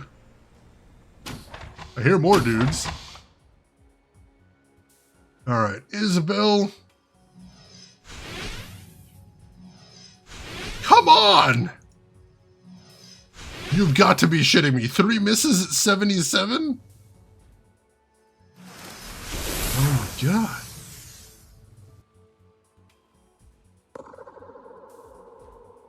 Wow, okay, there we go, 99% chances. Holy XCOM, that was bad luck. Alright, blocker IC rating 9, let's go for it. Alright. 9954. 9954. 1799. 1799. 17419. 17419. Alright, what do we got? An hourglass at the beginning and end. We got a couple of those. Hourglass in the second position. We don't have too many of those. Whoop, I think it's this one. See if we can get any verification. It's that one. We're good. Whew, alright.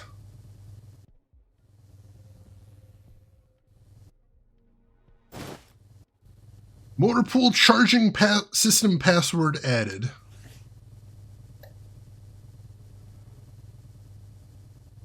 Motor pool's charging system password, powerful links.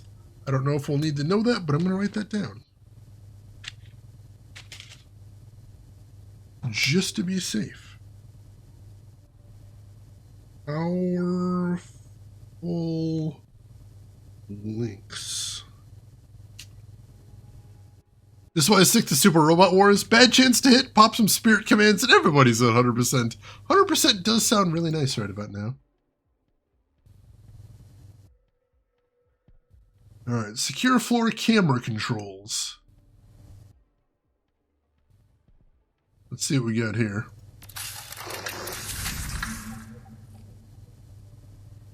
Is this the Hard Space Shipbreaker crossover? I love that game. The game is so fun.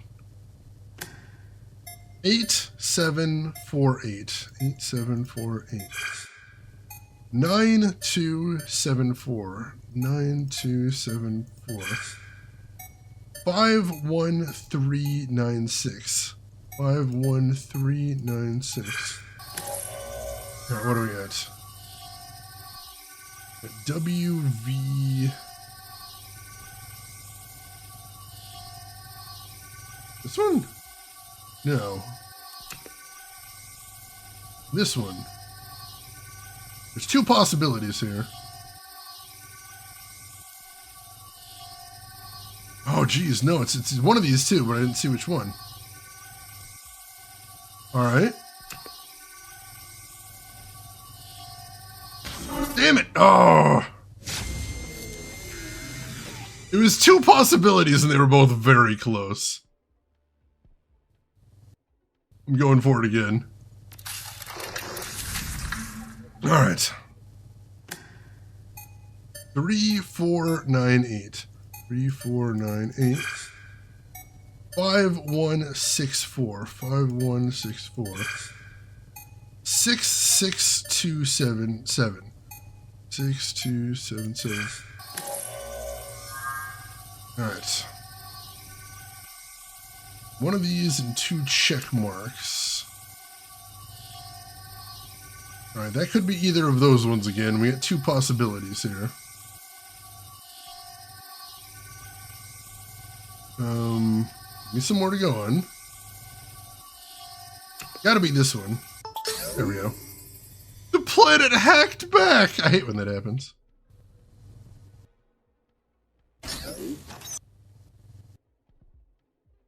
Alright, I don't know what that did, but we did the thing.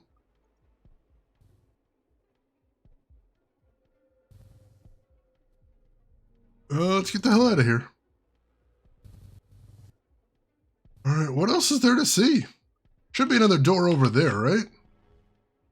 I assume there's another door over there. Oh, damn it! Walked right into that one. Shit. Alright, let me... No, I don't have time for suppression. I really don't.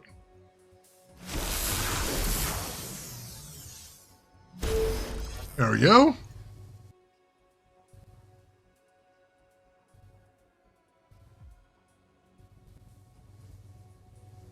Oh, there's some bad guys in there. I don't like that.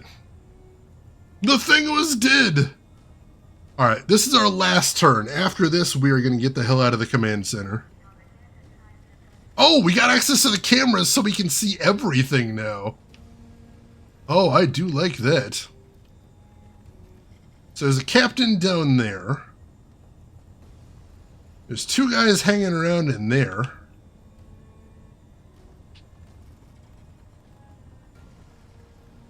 All right. Interesting. And we've got some guy right out in the open right here. And we are going to ruin his entire day. So let's see what we got on this guy. He's the only guy anybody has any line of sight to, so we're just going to kind of unload everything on him. Although, Max, why don't you start by stripping his armor? I've seen everything. I've seen it all. That guy doesn't even have any cover, I don't think. Well, that was a foolish decision on his part. I don't know why he thought that was a good idea. That's really weird. Let's throw a dual aim on Max. I don't think he uses aim. Throw on Koshe? Sure. Good deal.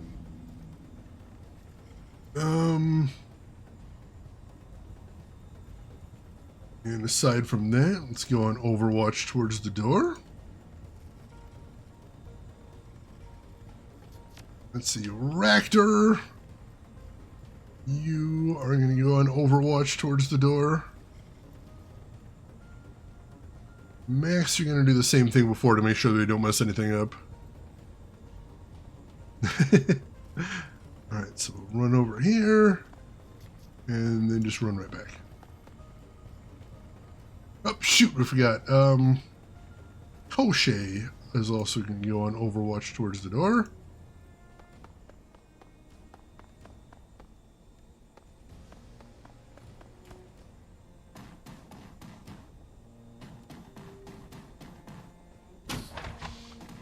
Oh, there's more coming.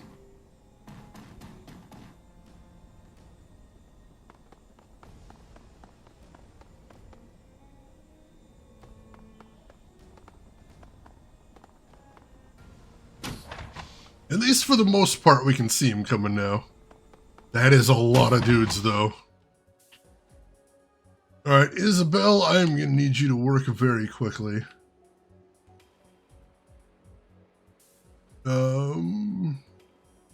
I do know from past experience that Isabel isn't going to be able to hack anything until we take down the bad guys. So there's no point in running that far. We have to kill these guys first. Oh, there's a bunch of them too. Alright, I don't know what the prize is at the end of the room, but we'll find out shortly.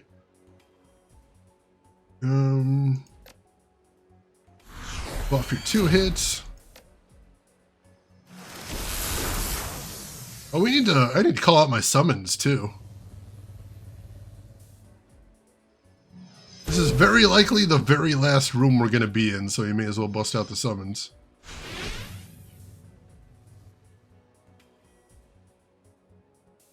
Alright, so let's see, Assassin ESP right here.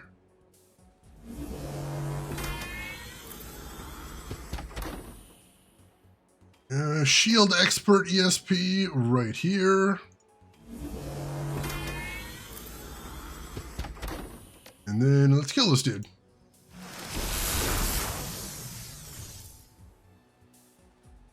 All right.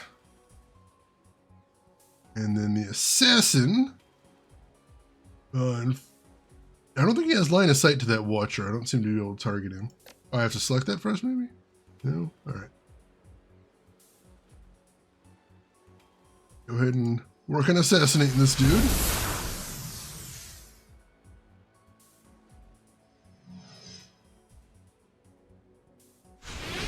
That's a miss. And the shield program. Go ahead and throw a shield on Isabel. And then shoot this guy. All right.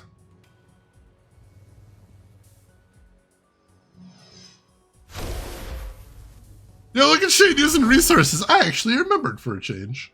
All right, hit this guy with a killer. And hit this guy with a normal shot. One more normal shot. There we go. And then assassin. How much? Yeah, just 2. All right, so that'll use everything. Let's go ahead and do that. You roll up over there. And shield dude, you roll up here and then try shooting him anyway. Nice.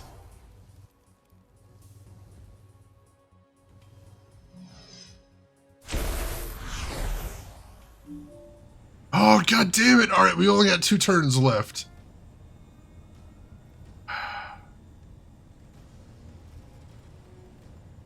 I'm going to start moving folks forward, but I really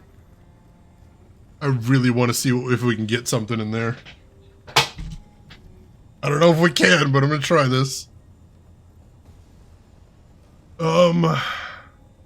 This is really fucking stupid. Should I really be doing this? Yeah, I think we can. Right now, I think Ractor is the only one that can't get out of the room in 2 moves. We're going to move Ractor as far up as we can.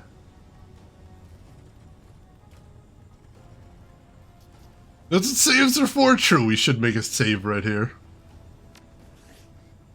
This will be our I'm about to do something really dumb to save.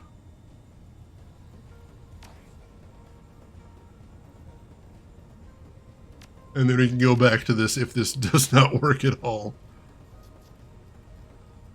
Alright, Ractor. You run up here.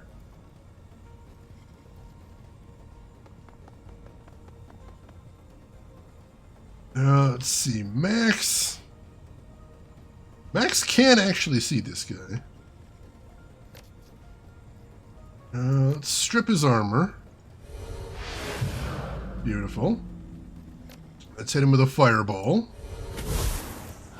Oh, miss! Rude. And let's just take a pot shot at him, I guess. Actually, yeah, let's just take a pot shot at him. Not great. Duncan can also see him here. Wow! We are not doing great hitting this guy.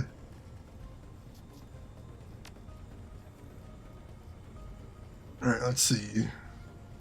She needs to renew her shield, it looks like. Get that back up. Still got her aim accuracy on, that's good. And then why don't you go ahead and overwatch on the door. And then Koshé just barely can't see this guy. So he's going to overwatch on the door.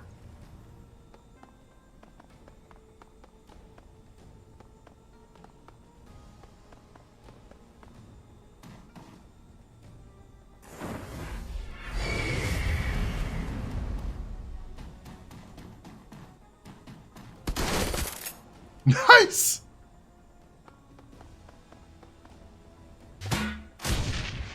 Ha! Friendly fire death! Beautiful. Ow.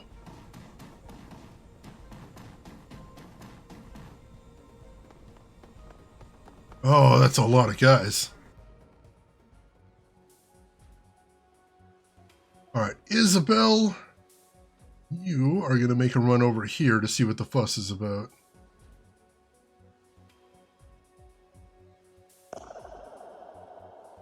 Alright, what do we got back there? Training course control overrides. Yeah, we do kind of want that.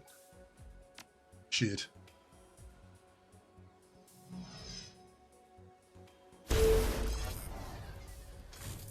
That stinks, but yeah, we want that.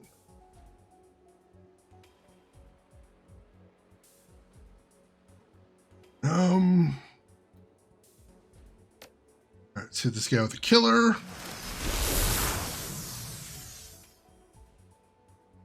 Then shield program. You are going to run over here.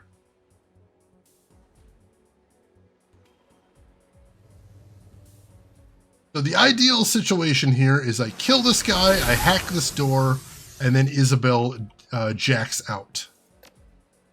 That is the ideal. Alright, kill that guy.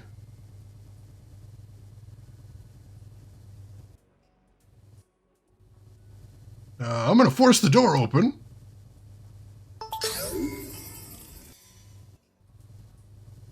And then hit the overrides. This node governs the weapon systems in the station's training rooms. A field of glowing text materializes before your eyes, taking the form of a standardized menu screen. Let's see. Number 1, smoke launcher calibration. Number 2, turret safety interlocks. Let's check out the safety interlocks. Turrets in the training rooms have been rigged to fire live ammunition and artificially reduce velocity. Getting hit with one would hurt, but it wouldn't cause any permanent damage. It doesn't take long to isolate the turret's internal safeties. Disabling them will greatly enhance the turret's damage potential, but you'll still need to manually activate the turrets via the local control consoles. Let's do it! Alright. Now let's get the hell out of here.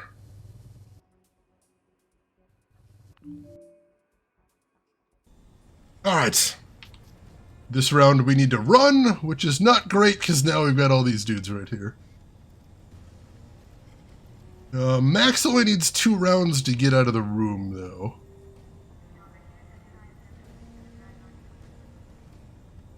It's gonna be really dangerous, though.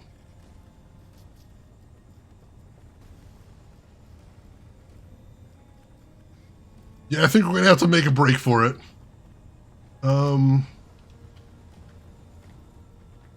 Alright, Isabel can get out, but she is going to be in terrible danger right there.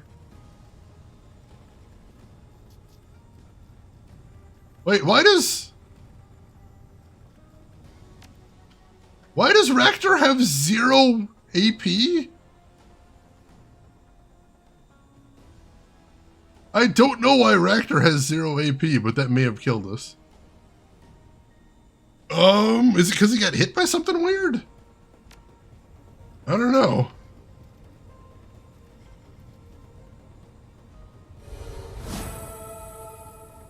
Well, son of a bitch, he can't move this turn. Or maybe that's a bug? I don't know. It makes it look like he can't move this turn, which is not ideal.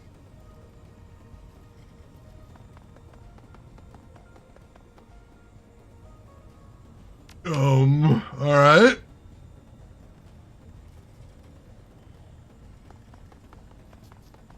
We're gonna take a bunch of damage right here. This may be where we reload. Quite possibly.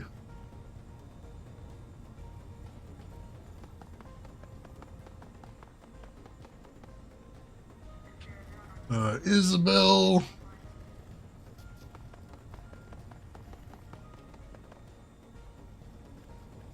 Koshe.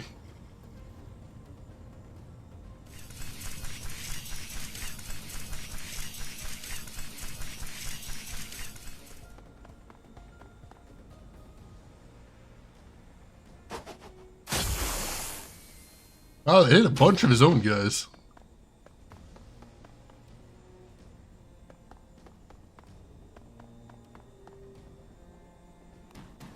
God, that is so many enemies!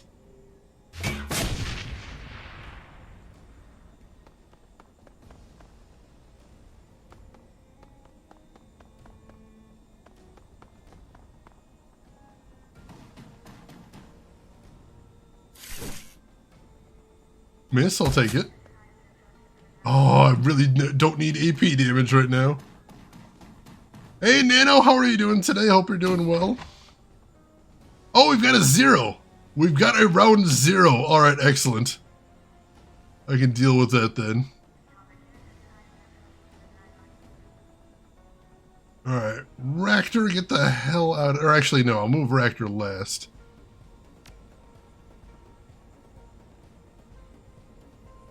Let's see. Isabel, get in here and turn the training course console on.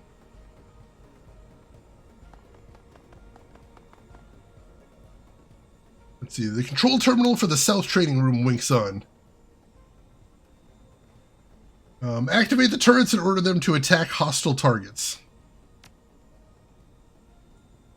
Alright, safety interlocks may be engaged via local matrix access. We're good. Alright. That's very cool. I appreciate that. That'll give us a little bit extra assistance there. And then Isabel. I'm going to have you Overwatch. Actually, wait, no, hang on. Now, let's have Isabel get some better cover. We really don't want her getting too tangled up in this. She's not one of the heavies here.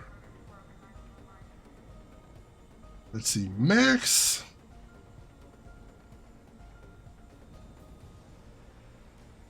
Max only needs 2 to get to safety inside the room. I'm going to have Max spend one of his turns casting lightning on these morons. Ha! And that desummoned that guy. Beautiful. And then Max, you run back to here.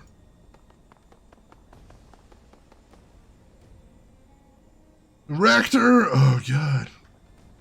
I'll get to you.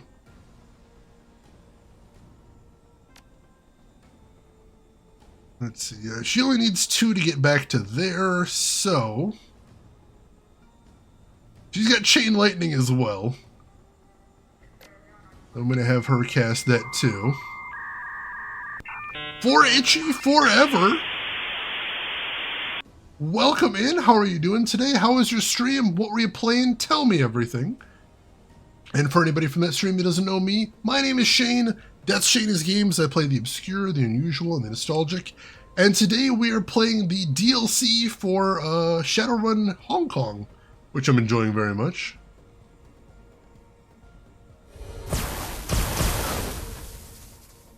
Alright, some more good AP damage there. I'll take it.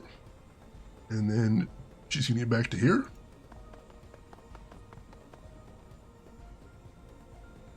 Let's see. Yeah, Ractor. Unfortunately, this is as far as Ractor can get to. So he's going to have to tough it out from right there for this turn. I don't like that, but it is what it is. We've got everybody out of the control room, though. That's a good thing. Let's see. Duncan. Why don't you post up right here to bait grenades?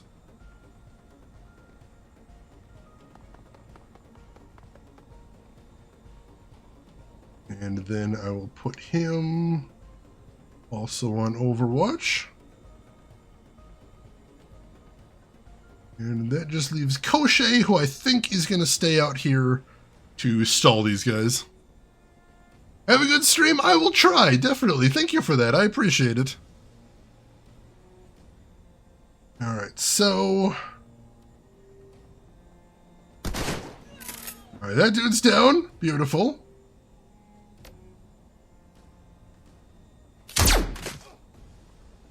That guy's asleep. He might actually get locked in there, which would be hilarious. And, or Or shotgun.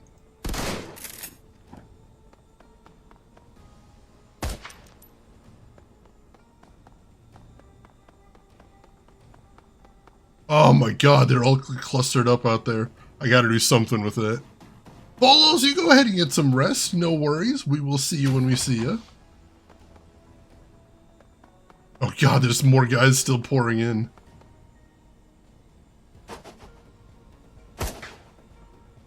Ha ha! Oh, that's perfect. Oh, they put Raptor to sleep! That is kind of my nightmare scenario right there.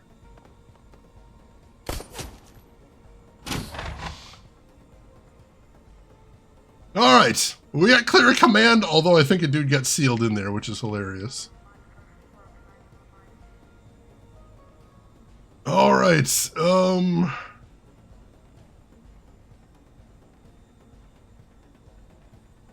I don't want to grenade these guys because I'm pretty sure they're going to toss it back. It's great when it happens to them. Alright, max strip armor from the big guy. And then fireball the big guy. Nice crit. And then, use healing on... Oh, Raptor's line of sight blocked. Damn it. Alright, in that case, just shoot the big guy.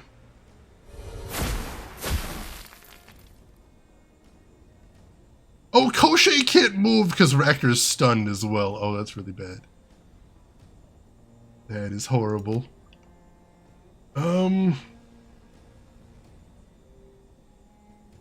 she does have an AoE, which is good. I'm going to have her recast her armor. There we go. Oh, shoot, she needs 3 for her AoE. Alright, that's really bad then.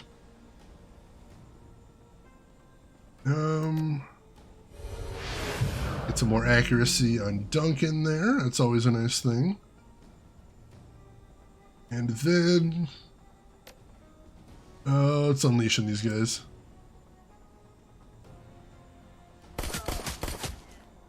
Kinda nice. Alright, Duncan! He does not have a good 2-hit for any of these dudes. Take an aim shot at the big guy. Alright, big guy's down. That's good. And then... Oh, I'm not even using Duncan. I'm using Isabel. Alright, my bad. Alright, there we go. Duncan! Let's see. We need to do rather a lot of damage here. Oh, how did that not kill him? Alright, he's down now.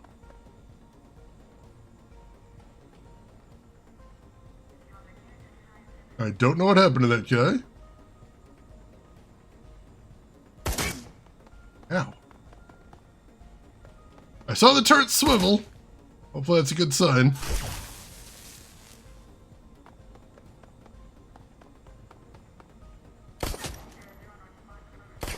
We're gonna have to go rescue Raptor or he's gonna die out there.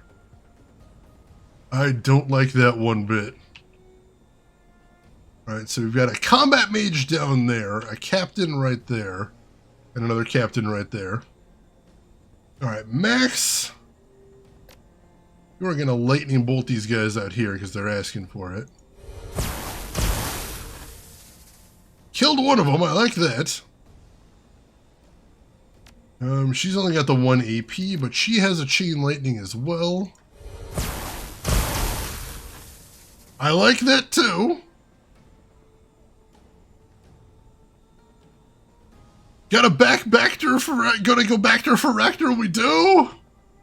We do. I hate it, but we do. Oh, jeez.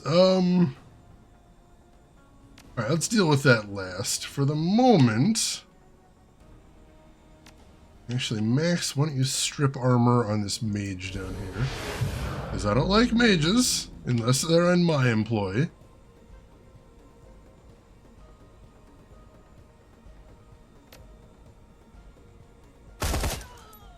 Alright, that guy's dead. And Duncan, you're going to go ahead and reload.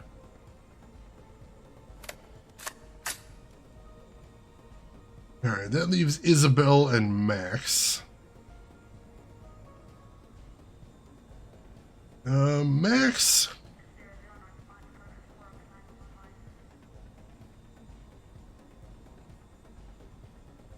You're gonna go ahead and shoot at this dude. Ouch. And Isabel, unfortunately, you are doing a rescue mission, so you're gonna run out here.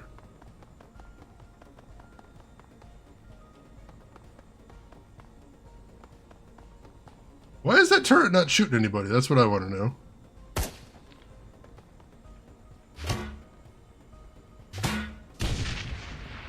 I don't know why that didn't damage him.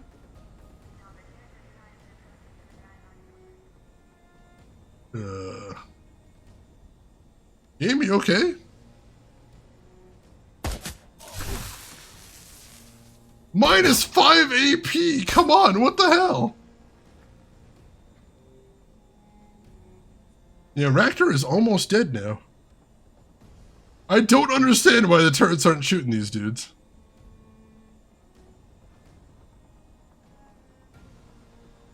Oh, let's see.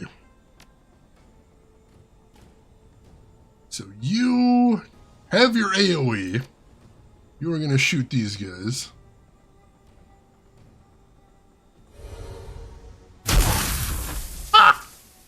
Oh, that is majestic. I like that a lot. We got a grenadier coming down here, and we got this captain. This captain's not even in cover, I don't think.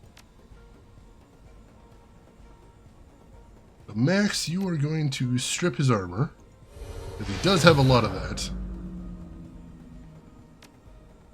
And Duncan... Good damage, good damage. Finish him off. Alright, cool.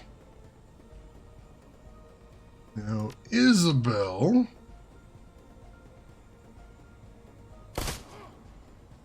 You need to start shooting this shock trooper. Unfortunately, he's not doing much damage, but that's fine. We'll deal with that later. Max, you are going to have to roll up to right here and cast heal on Raptor.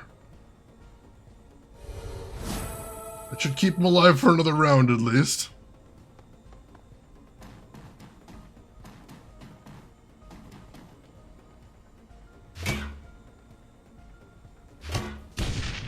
Beautiful.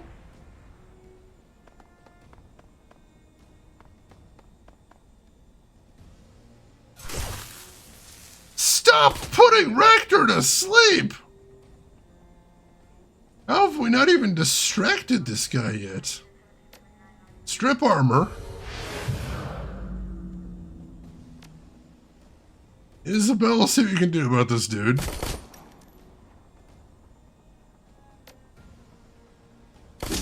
Alright, he's down. That's a good thing. Max?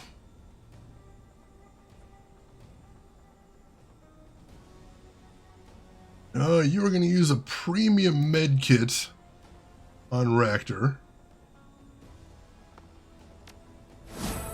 Good deal. And then Max cannot get anywhere terribly useful this turn, which is not great. I'm just going to leave him right there, I think. Oh, you can cast another chain lightning. I like that.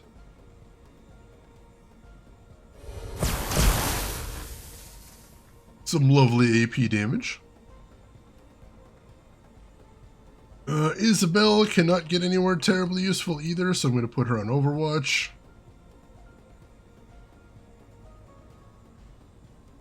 Premium, the good stuff. Orbital Beetle, welcome in. How are you doing today?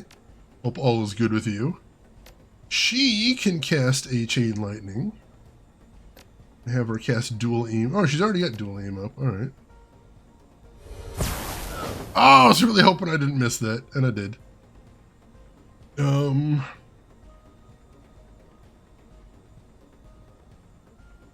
Let's do... Aim shot on that captain.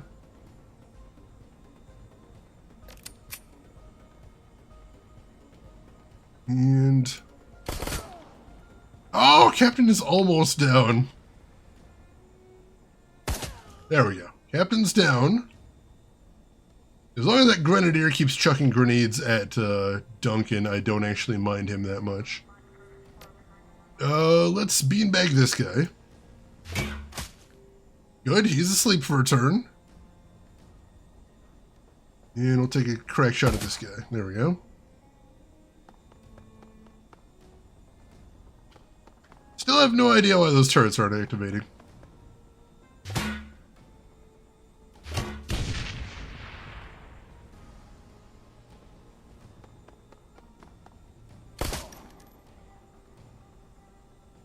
Alright. Unfortunately, Raptor got hit so hard he is still asleep, which is insane, but that's where we're at. Let's see. What do we got? A combat mage, a conjurer, and another combat mage. Alright, let's strip armor from this guy. There we go. She does not have any AoEs up either. Magnetic Arm is so good. It's almost unfair, but I do love it.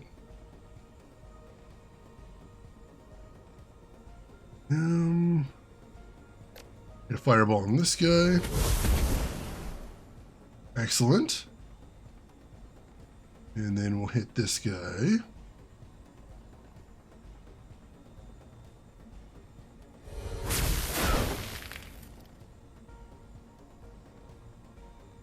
Alright, Isabel. I'm gonna have you get back to safety, I think. Yeah.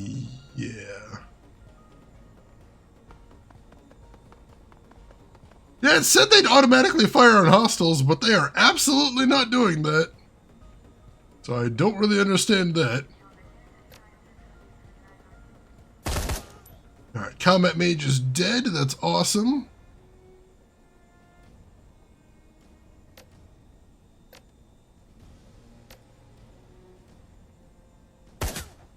Put a bullet in him, why not? Alright.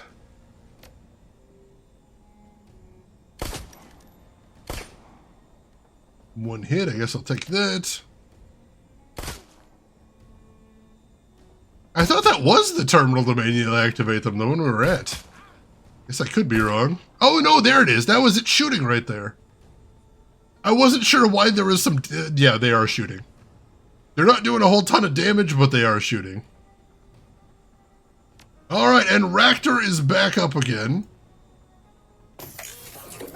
Oh, thank God. Raptor still cannot quite get to cover, unfortunately, but... Koshay's back. Let's go ahead and overclock him, because we got work to do. Hey guys, anything fun that I missed? Me, incoherent screaming.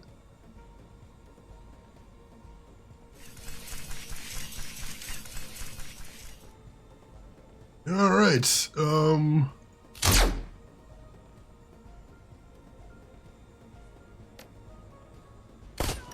Alright, that dude's down. I like that.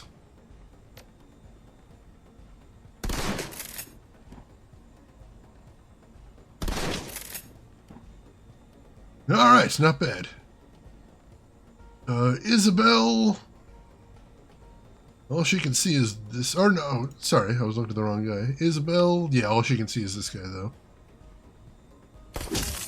He's down! Beautiful. All right, we're getting control into this situation. So Isabel, you're going to go on Overwatch. Max, oh, for the love of God, get behind cover.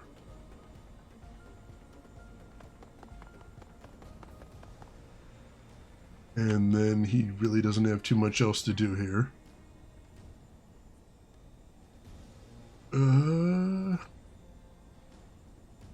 I'll strip this guy's armor? Sure. That can be fun.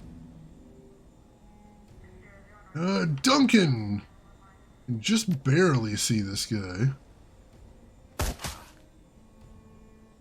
Let's see what we can do here. Alright, that's everybody. That is everybody. Oh, Jesus, alright.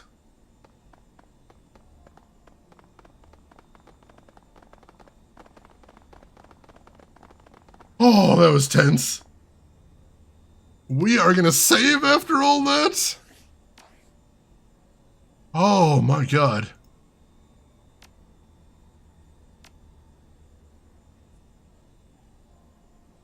Turns out Twitch was still taking non-textbook. Oh, jeez. I've done that before, Tartark. Oh, Conduit, welcome in. How are you doing today, Conduit? Hope everything's going good with you. I just won a really tough combat, but I need to blow my nose real quick, so I will be right back. Don't go anywhere, folks.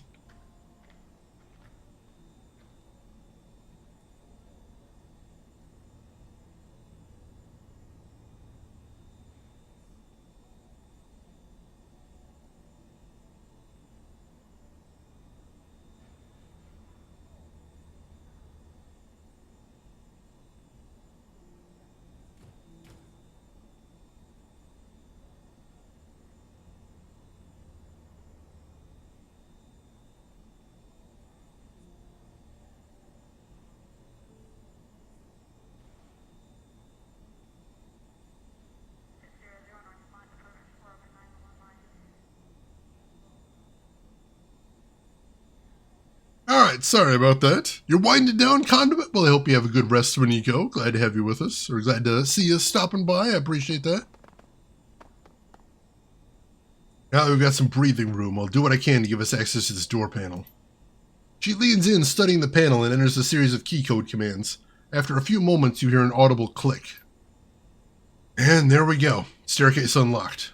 Do me a favor and take point, Max. I think I soaked up some drain busting out of that trap. My head is swimming. I think I soaked up some drain busting us out of that trap. My head is swimming. You gonna be alright? I'm fine. Just lead the way. I got your back. Alright, let's get the hell out of here. Oh, thank you, Conduit.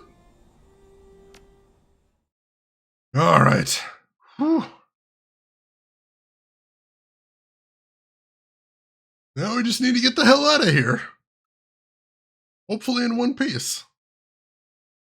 The sound of gunfire echoes through the halls behind you. You press forward, a sea of blood and corpses in your wake. So far, so good. Now all you need to contend with is a police station overflowing with SDU officers, all who want you dead. The motor pool seems like the best way out. Plenty of cover and a straight exit to the docks where Jomo is waiting to extract you. Chiyu is deathly silent as you descend towards the motor pool, her eyes narrowed to slits. As the door swings open and you step out into the light, you steel yourself for whatever comes next. Alright, let's see what fresh hell we've walked into this time.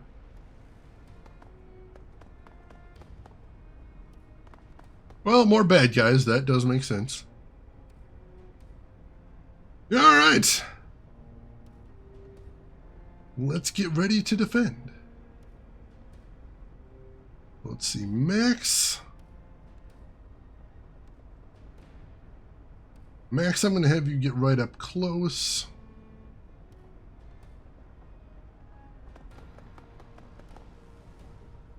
Don't see any more bad guys besides those two yet. That's probably a good sign.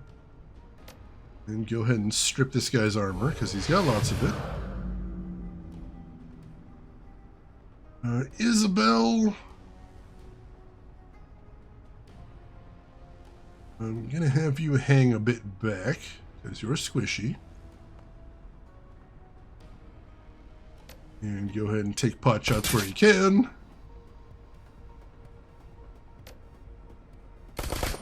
Ah, missed. Alright, let's get Crochet up and running. And we're not going to overclock him yet, because we absolutely do not need that yet. I'm going to have Crochet park over here.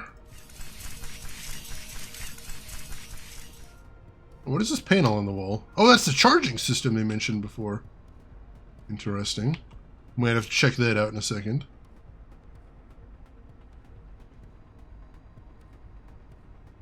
And then Crochet.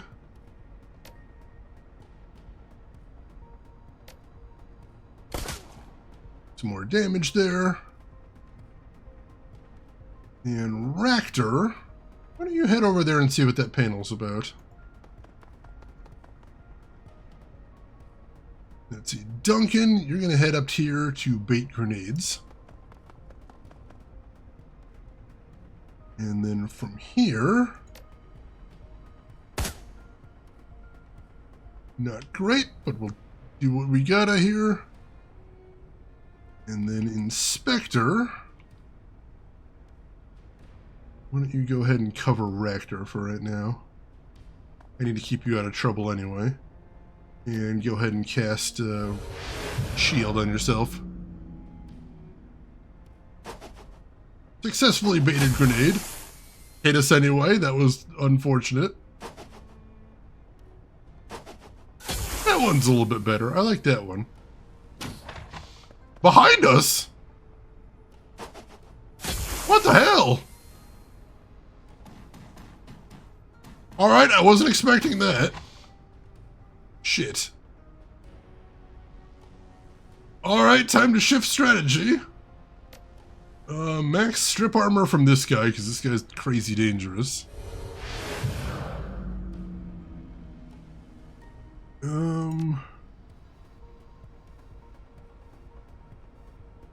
And detective. Missed! Oh god! Crochet?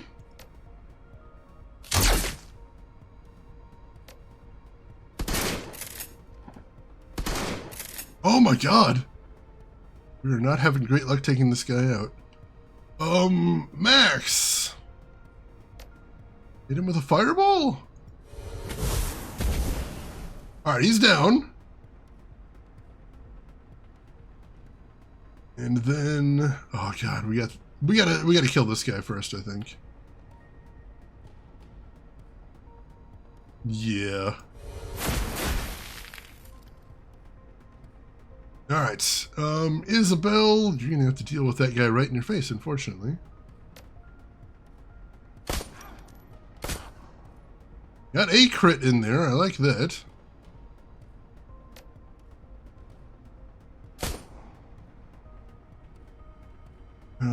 Duncan.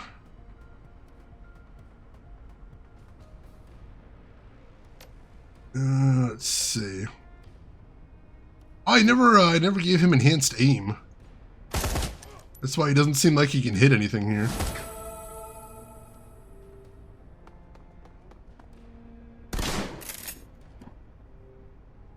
Alright, let's start by checking out the charging system here. Let's see, the access panel appears to serve as the user interface for the motor pool's charging grid. A small display and a backlit keyboard have been mounted to the console, to the machine. Judging by what you can see on the display, it looks like the whole system has been password locked. Drone Control 6, rewire the control panel to override the password, sure. Search the system for something you can use. A few minutes of sifting through menu screens is enough to convince you of two things. One, that the designers of the system value flexibility over security, and two, that the firmware itself is way more powerful than a typical end user would need.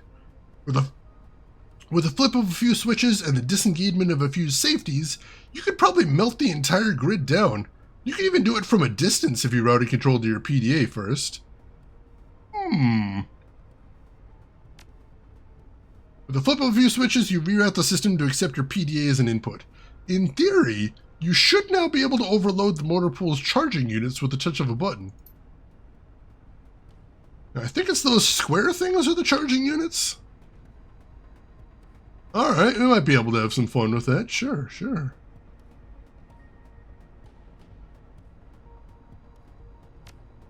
I'm intrigued, to say the least.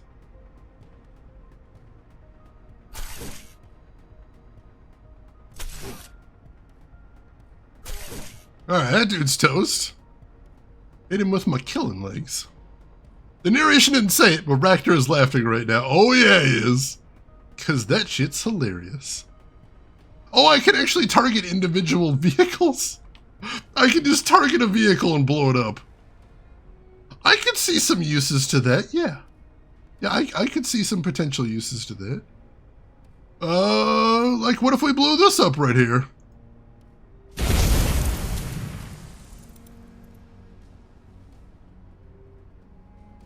I think I like this. I think we're doing all right now. Huzzah. Do it again? Oh, I probably will. I probably will. Wait until one of these fools decides that they have to try something.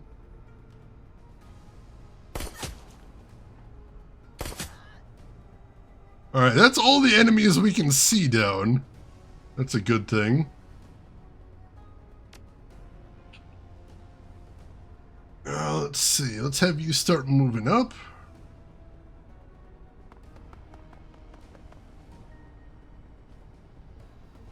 Where are we headed to? Over here, it looks like. Alright. We got a bit of a hike ahead of us. We'll get started.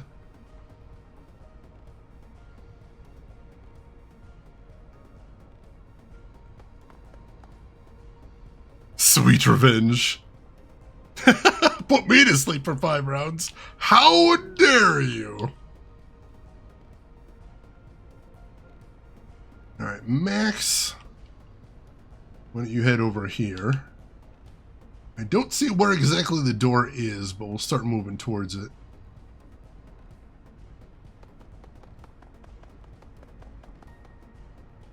I don't see any hostiles on the map currently, which is concerning, but it is what it is. Isabel's just going to be able to move over here for right now. Duncan I'll have move over here.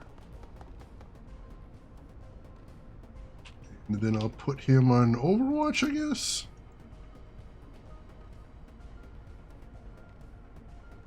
And then she will go on Overwatch over here, I suppose. Oh, nobody else charged in there. That's interesting. Let's get Isabel moving first of all, because she is way back there and I don't like that.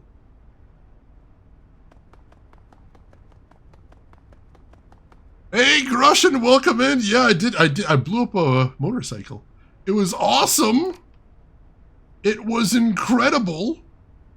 Would I do it again? Yes. Will I do it again? Yes. Also. Alright, Commander. Have you move up here.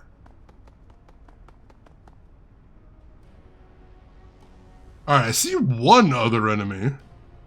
And unfortunately, I can't blow up those vehicles. But if he moves any closer, he's dead. Should he do it again? Yes! Alright, Ractor. Have you move up here. Let's see, Max. You can go ahead and move right up here.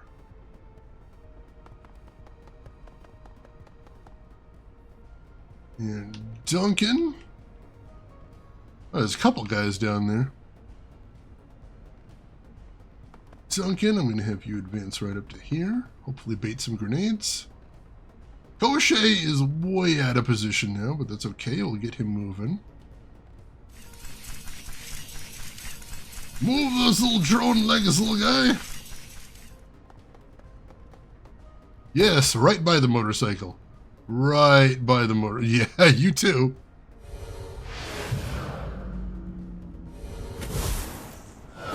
Missed. Oh, God, they're coming from over there now? Rude. Oh, we gotta move. Oh, we gotta move. Oh, that is a big guy. All right, first order of business.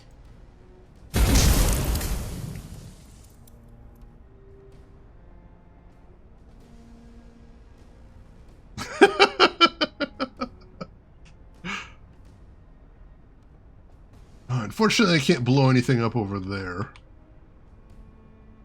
I don't know if I have a limited range or what.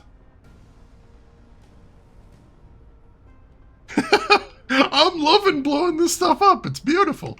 It's a wonderful, magical experience is what it is. I feel fulfilled. Feel fulfilled.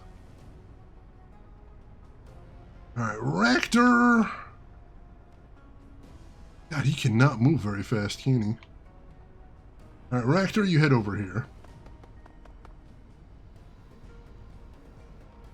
Let's see, Max. Strip armor on this guy, because I think he's going to be the problem. Then Duncan. He's down. Beautiful. Let's see. Constable. You're going to move over this way. See if we can get a clear line of sight. All right, there's the boathouse. That's our objective right there. If we can get everybody to there, we win. That's what we got to do here. Right, Koshe, you are also going to roll down here.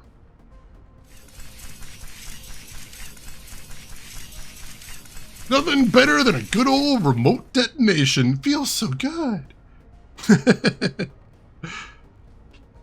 Let's see. So I got that mage down there. Let's throw a fireball at him.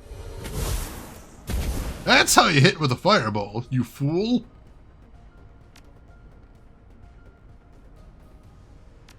I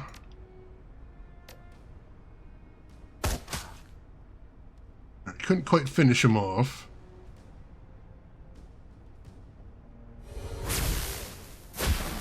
There we go. All right, he's down. And Isabel, why don't you move down here?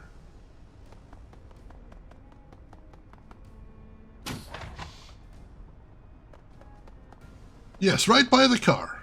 Oh, don't move away from the car. Still relatively close.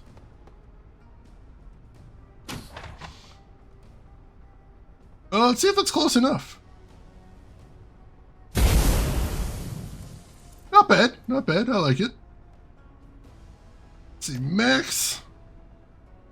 Why don't you lightning bolt these guys?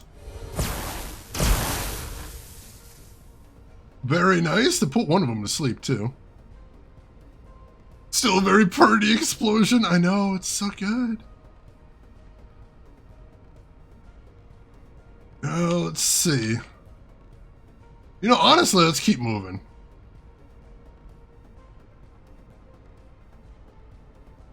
Let's keep moving because we need to get to that exit, and I don't know if these guys are just going to keep pouring through here.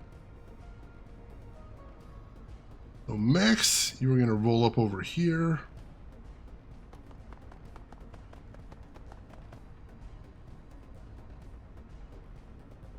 Alright, so Max doesn't need line of sight to trigger these cars, so that's fun.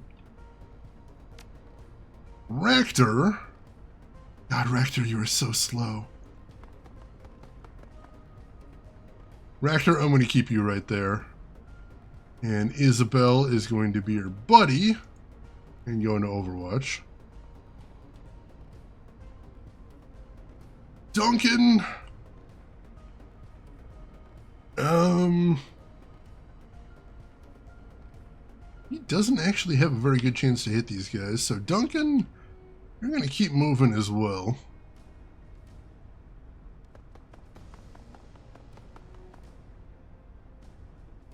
Let's see, Inspector.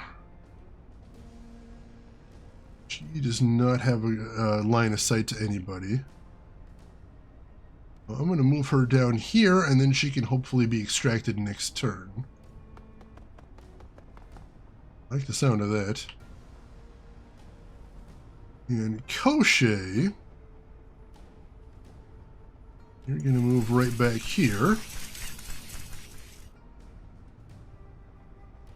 And then Overwatch.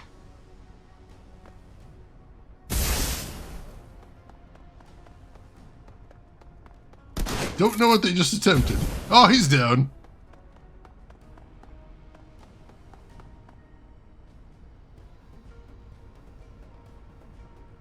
Alright, lovely. I might have already blown that one up. That might be why we can't do that, which is unfortunate. My car exploded so hard it put him to sleep, he got hit with shrapnel in his noggin. And now he's not feeling so great. These explosions are amazing. I'm loving this. This mechanic is hilarious. Alright, Koshe into this dude.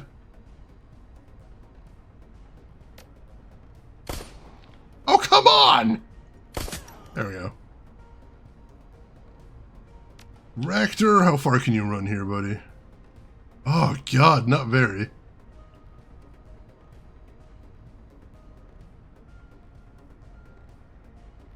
Ractor, you're gonna put Koshe back in follow mode. I think we need to just get out of here.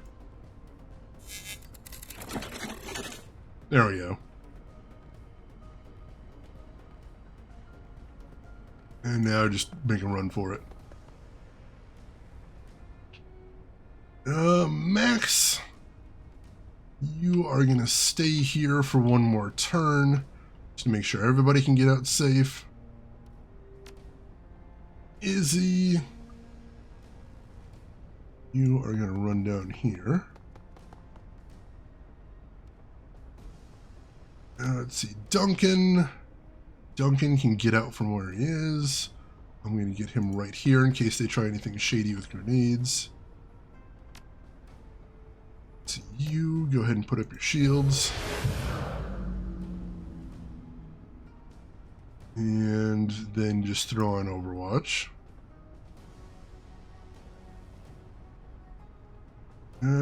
Duncan, I can throw him on Overwatch as well. And then end the turn.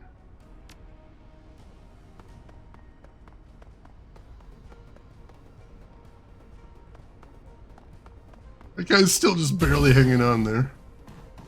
Oh, he woke up! He woke up! Alright, so first order of business, Ractor. Ractor can get out of here.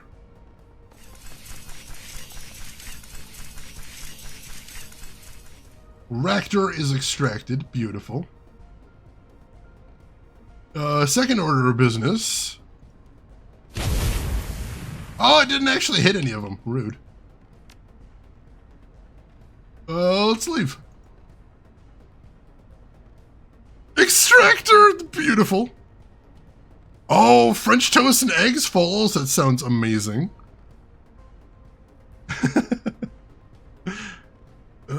Izzy, run for it. Duncan.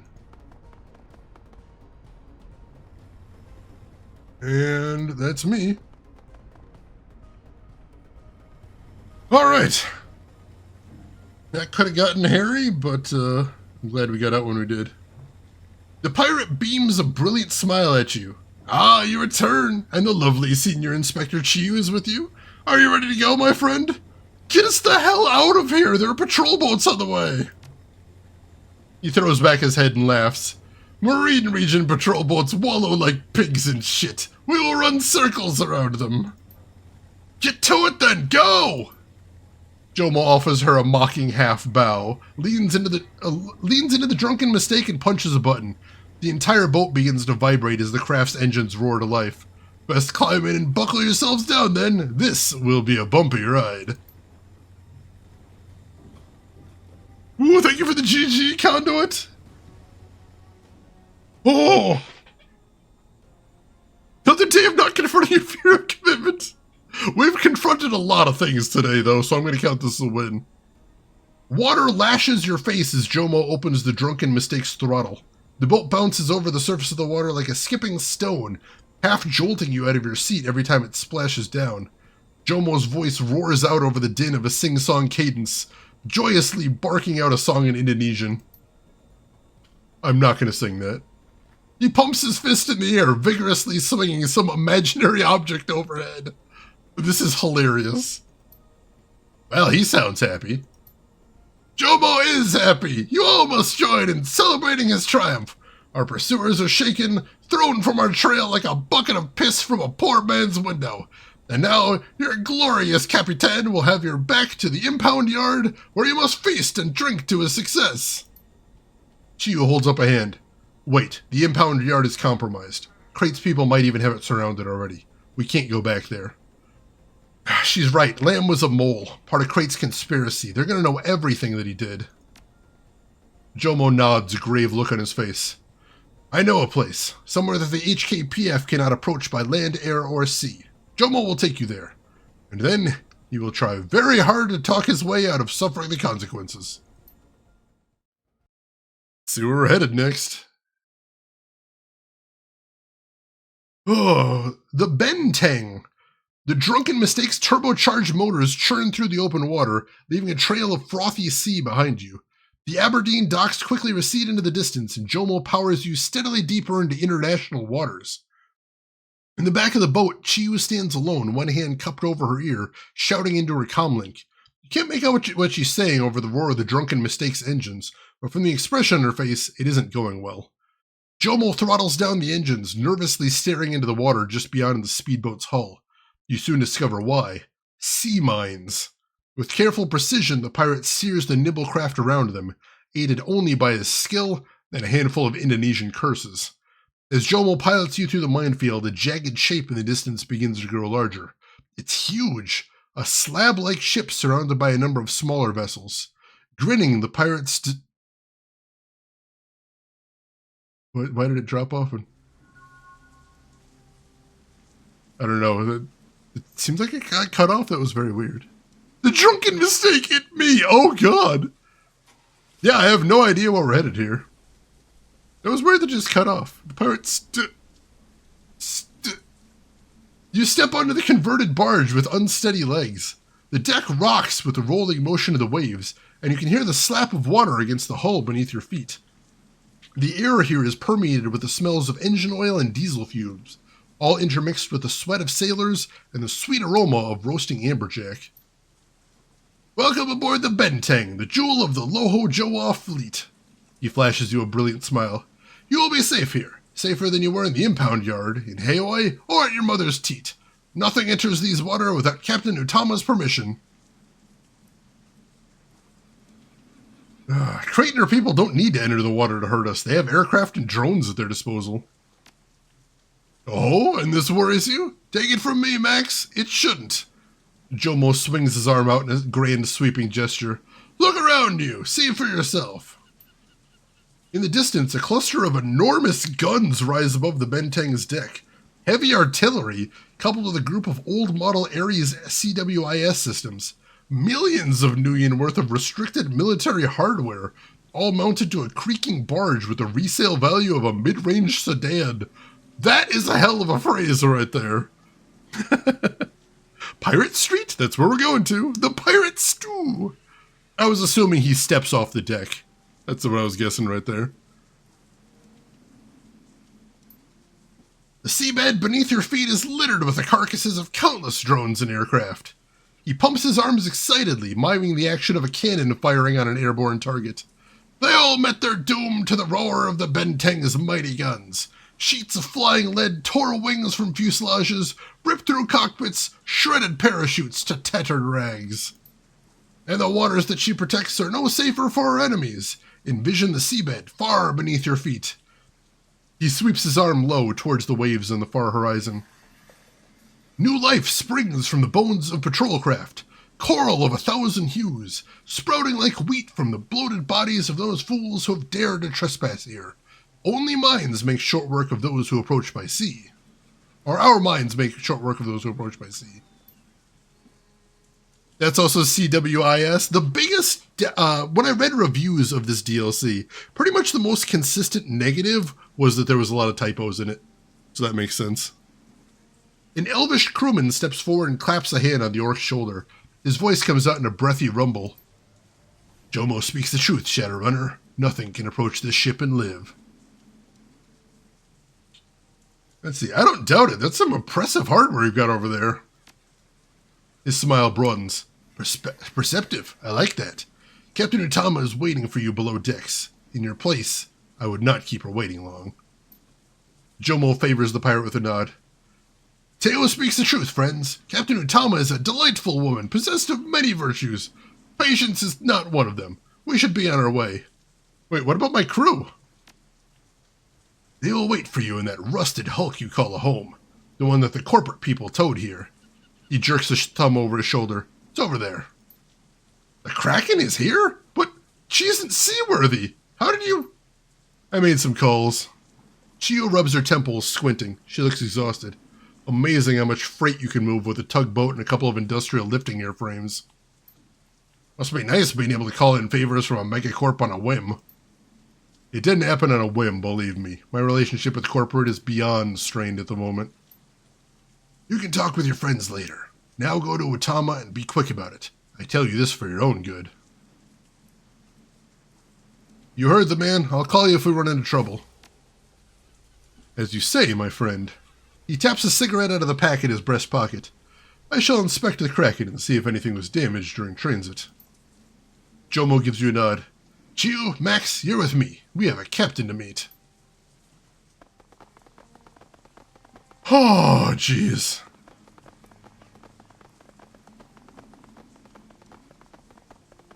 Close weapon in system? Is that actually what it stands for? If anybody knows what it stands for, I would like to know. Because I honestly don't. Also, I'm trying a new flavor of Void Juice today, so give me, cross your fingers for this one. This one is Dragon Fruit and Pink Strawberry Lemonade. Let's try this one. Close-in weapon system. There you go. Oh, I've never actually heard that term before, so that's new for me.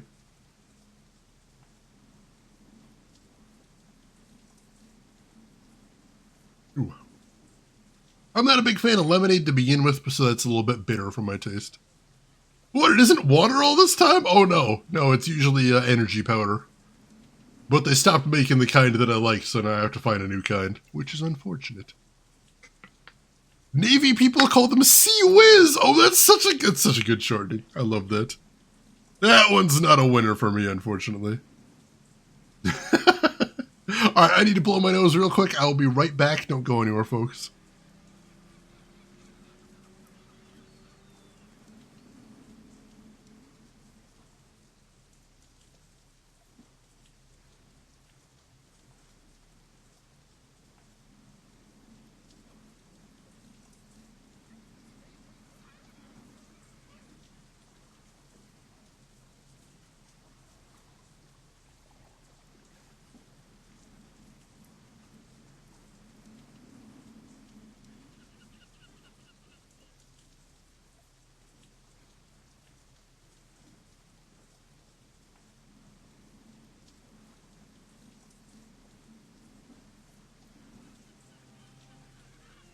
.20mm cannon that obliterates inbound missiles. That is badass. And Rex says, welcome in. How are you doing today?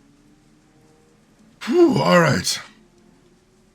Well, let's not keep the captain waiting. See if we can go find her here.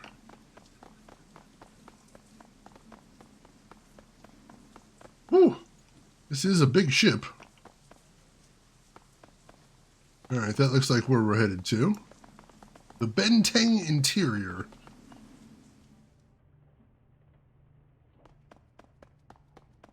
It's a very big ship. Goodness gracious.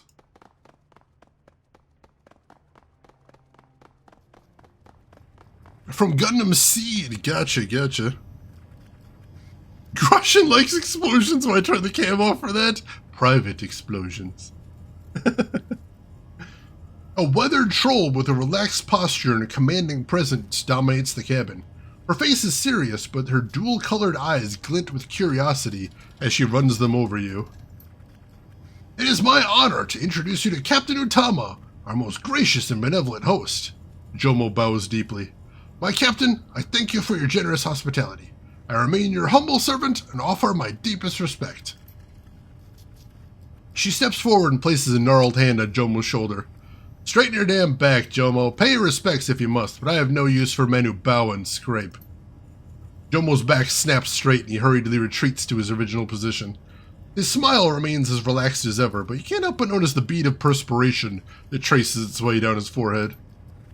The captain shifts her gaze to you, studying your face through eyes the color of dirty ice. The smile slowly creeps across her face, twisting the scar across her lips into a second grin. As for you, Shadowrunner, you are welcome aboard the Benteng. Mind my rules and you may stay here for as long as you wish.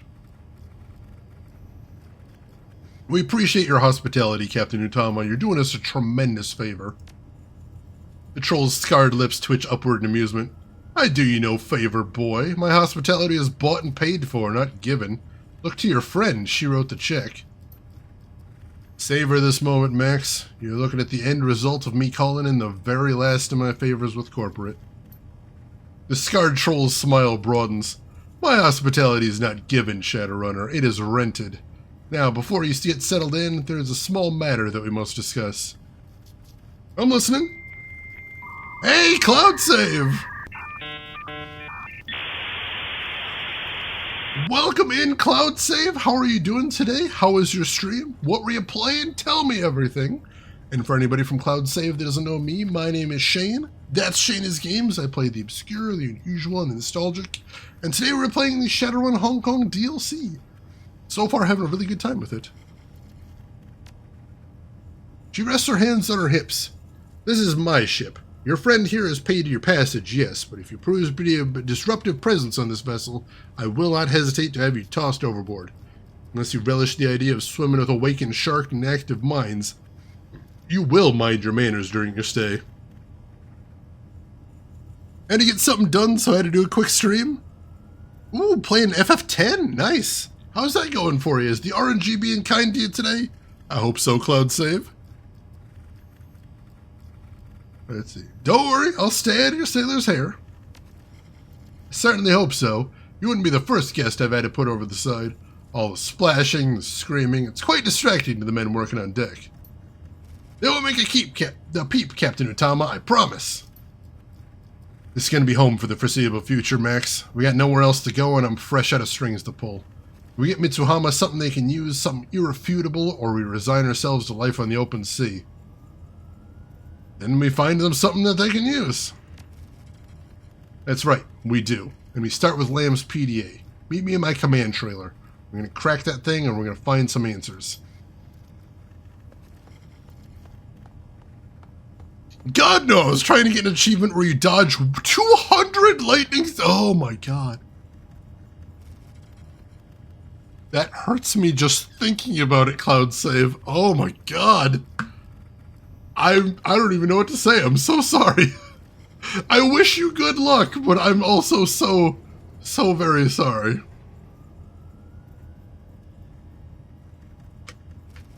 I hit a little over 100 and then got zapped. Oh god. I can understand why you might want to end the stream after that. That makes sense.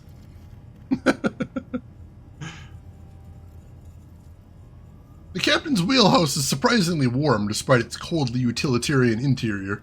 Sounds of the sea breeze outside roll over the cabin and a soft whistle hums through the cluttered room. You find Utama standing near a makeshift wet bar, crates and tool chests loaded full of liquor bottles, all piled onto a coffee table that sags under their weight. The captain swirls a clear yellow-tinted liquid around the interior of a thick glass. You watch her grab a pinch of what looks like salt from a small open dish, then carefully sprinkle it into the cup. Her voice is hard when she addresses you, but her eyes remain locked on the drink, which she continues to swish around and around in ever-tightening circles.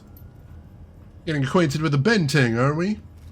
She holds her glass up to her nose and inhales. Satisfied, she takes a sip. Her eyes flash towards you. Good. I hate drinking alone. She motions towards the wet bar with her elbow. Water?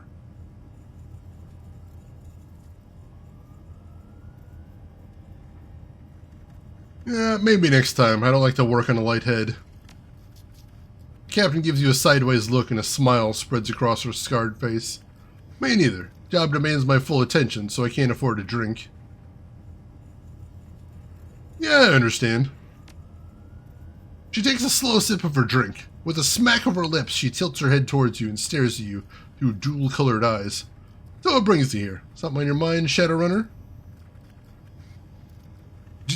Cloud say if you love the story narrative in Shadowrun, the writing is so good, and I love the universe to begin with. So I'm definitely having a great time here. 200 is excessive, that's insane. Absolutely disgusting. Perchance to stream, welcome in. How are you doing today? I turned a 30-hour game into a 90-hour game. Sometimes you gotta chase after those Chivos right there. Oh god, the 1000 jump rope at FF9. I attempted that a couple times, but then I'm just like, this is not the life for me. Frito Sensei, welcome in. Hope you're doing good. You actually got that last year? Damn! Congratulations. I noticed a small saucer of powder over on the wet bar. What is it? Utama sniffs loudly through her nose, studies you for a moment before replying. What do you think it is? Salt? She wrinkles her nose in disgust. Does this look like a nightclub to you? We don't garnish our drinks with sugar or salt out here. There's no better way of identifying a shitty drink than the size of the crap pile it's buried under. She rubs a hand along the back of her neck. Look, I've spent the better part of my life on the open ocean. They say when you first start sailing, you have to earn your sea legs. Otherwise, the rolling sickness will get to you. I never did that. Never had to. I had my sea legs from the first time I ever set foot on a boat. Didn't realize that it would catch up to you, though. Seems that as I get older, my stomach rolls with the waves more and more. She points towards the powder in the saucer. It's an antiemetic. Keeps me from turning green on the job. If you ever find yourself in need of some, you help yourself to my stash. But don't overdo it. It goes a long way. Well, that's interesting. Nice little bit of storytelling right there. Alright. Well, I want to check in with the crew. Or no, actually... Yeah, I should go check see what's going on with that PDA, then I'll check in with the crew. Do you love your flavored drinks? Anything in particular? I'm curious. I just mentioned I'm trying out a new flavor tonight, though I'm not a big fan. Racks of medical supplies and cybernetic components line the walls of this room. Across from the doorway, heavy-duty instruments are crammed together to conserve as much space as possible. Many of them look neglected, with a fine layer of dust and grime coating every raised surface. Other implements have clearly seen such regular use that they appear polished from all the handling. A man stands towards the left side of the room. He wears a fitted, high-collared coat that looks like it gives him a lot of movement room and flexibility in his arms. A virtual retinal display hangs over his right eye, highlighting it in yellow. He greets you with a nod and a quick smile. Welcome. He studies your face. You are new around here, I take it. Without waiting for an answer, he continues. The name's Andre, and I'm in the ware business. Got a large inventory if you're interested in buying. I'm not looking to shop right now. Strawberry mango, that is a nice combination. Very mellow, I like that a lot. Monster energy drink in a tall glass filled with clear ice, keeping it simple. I can respect this. Alright, nothing to see in there. Just want to poke my head around a little bit before we go anywhere. Nothing much to see, though. Alright, let's head outside then.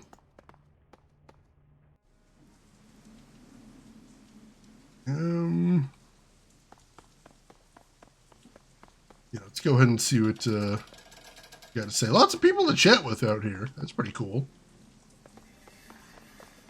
And that way to the boat.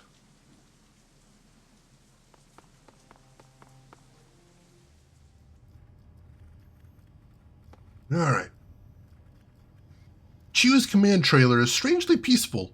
The crew of systems experts that formerly manned the multitude of terminals inside are nowhere to be found, and the omnipresent hum of the trailer's computer banks has fallen silent. The senior inspector glances up from her desk, half turning to face you. Good, you're here. The sentence trails to nothing as she squeezes her eyes shut, wincing. Her hands go to rub her temples. You okay? Will be. Migraine. She rubs her temples with both hands. Feels like someone lit a fire behind my eyes. Nobody has as many headaches as you do. Is that drain still bothering you? That's one way of putting it. Feels like it's driving a railroad spike through my temples. She gives her head an agitated shake. The necklace that I was wearing didn't help matters much. Damn thing masked my aura just fine, but it wasn't particularly easy to carry. So the necklace makes your headaches worse? She nods grimly. Yeah, it hurt to use, like looking through lenses ground to somebody else's prescription. Made the drain from spellcasting hurt more too. Truth is, I've been in constant pain for the past couple of months. Cost of doing business, I guess. Sorry to hear, but you're tough. You'll push through it. Yeah, I will. I won't be on the other side of this anytime soon, though. That drain I soaked up breaking us out of that trap didn't help either. I'm not at 100%, and I probably won't be for months. Hey, I don't need you at 100%. Get me into a room with Crate, and I'll handle the rest. Hey, named, welcome in. How are you doing today? Good to see you. Yeah, we got a whole other hub here, which is pretty wild. You might have to. Well, let's hope it doesn't come to that. She shakes her head to clear it, gritting her teeth in discomfort. Alright, we got a job to do, so let's do it. Let's get to it then. You fish Lamb's PDA out of the evidence bag that Chiyu had you put it in. The device is in bad shape, its case warped and bent, but the screen winks on at your command. The display is streaked with Lamb's dried blood. Looks like red gelatin, thin and watery. You can just make out the text underneath. Junk mail 6,340. Relatable. If it hurts, stop doing it. Alright, search the inbox first. Package delivery. From Wallace Koo, everything is ready on our end. Now you need to hold up your end of the deal. The package has been delivered, has to be delivered before the wild card leaves the evidence room, or the whole thing is going to get messy. I'm the package, I guess. Making me the wild card. She rolls her eyes. What an idiot. If he wanted to speak in code, he could have been a bit less obvious about it. If things do get messy, it's your ass, Lamb. Crate wants things to go by the numbers, and that means both the package and the wild card caught in the same trap. We can't chance the package catching a bullet before we can question her, and a firefight in the hallway could raise questions. You know your job. Do it well, and you'll get what you were promised. Koo. Things didn't go the way they'd planned. Crate must be pissed. I hope she's furious. Hell, I hope she chokes on it. Alright, standing orders. From Crate to Andy Lamb. Mr. Lamb, much as I appreciate your concern for the citizens of Hong Kong, it is not your place to question my tactics. The behavior of the SDU is none of your concern. The changes that you hope to see will never come about while Mitsuhama is viewed favorably by the Executive Council. Our client wants to see its reputation tarnished, and a certain amount of heavy-handedness on our part is necessary to make that happen. It's all a part of the plan, Senior Inspector. You do your job, and let me do mine. Great. Alright, so that's where Crate and her people come into this. The massacre at the end of the Kowloon City riots, the police brutality that led to all the riots in the first place, they were all intended to hurt Mitsuhama's PR. What's the end goal? Why would anyone spend this much money to tank the reputation of their own police force? The message said something about changes. It was pretty hazy on the details, though. Yeah, hazy. Let's keep reading. Let's see what else we got. Let's check the outbox. First message, okay, I'm in. From Andy Lamb to Wallace Koo. Alright, Koo, I've reconsidered your proposal and I want in. You were right. Chiu is a lost cause. She's corporate to the bone, and trying to argue with her is like talking to a brick wall. She doesn't give a damn about what the HKPF is supposed to stand for. All that matters to her is the company's bottom line. Oh, fuck you, you little weasel. They said I'd turn on my own people for a paycheck. It's funny, I used to be such an idealist. I joined the HKPF because I wanted to help people. But that isn't what this organization is about, whatever the recruiters say. Good cops don't have a place in Mitsuhama's police force. The corporate culture of the HKPF either changes them if they're weak or chews them up if they're strong. Either way, they wind up broken, and I can't be part of that machine anymore. The big changes you're talking about, it's a chance to fix things. A real, honest-to-God chance. So, as much as I hate your methods, I'm going to help you. I'm not doing it for the money. I'm doing it because I want the HKPF to be better, and this is a chance to make that happen. A remote chance, maybe, but it's better than nothing. I'm in. Big change. What do you think he's talking about? I don't know, but I don't like the sound of it. Tell Crate I'm in. I can bring you Chiyu, and I can help you to dismantle the task force. But you should know that if you've been bullshitting me, if things don't change for the better, I'm coming after you. You can count on that, Lamb. Tough talk. You think he could have backed it up? Lamb? No, not in a million years. The fool would have gotten himself killed one way or another. Still, we learned something here. Lamb was convinced that Crate and her people were working towards some sort of shakeup in the HKPF. A big change. Yeah, but what kind of change do you think they're talking about? Not sure yet. I don't want to speculate until we pulled everything out of the PD that we can. Let's keep reading, see what else we can turn up. Alright, second message is Justice.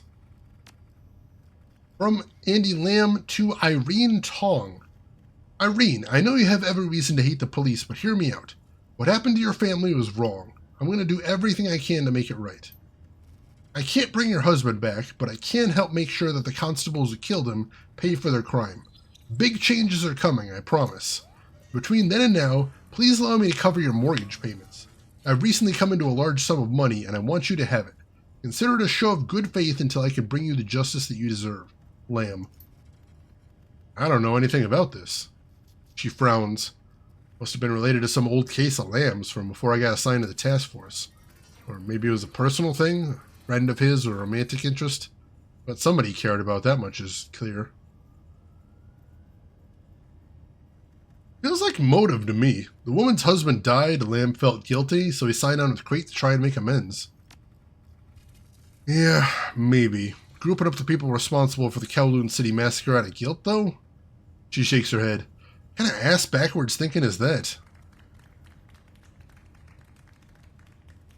Yeah, maybe he just felt the ends justified the means. The whole thing raises more questions than answers. Let's keep going. There's got to be more in here for us to find. Alright, last one is zzxdse.p004. This message has been corrupted. A meaningless stream of garbled text fills the screen. Alright, nothing there. Next is live chat. With Max? Did you authorize a second mind probe of Brooks while he was unconscious? I'm looking at the transcript of his interview, and he insists that 2 mages were screwing around with his brain last night.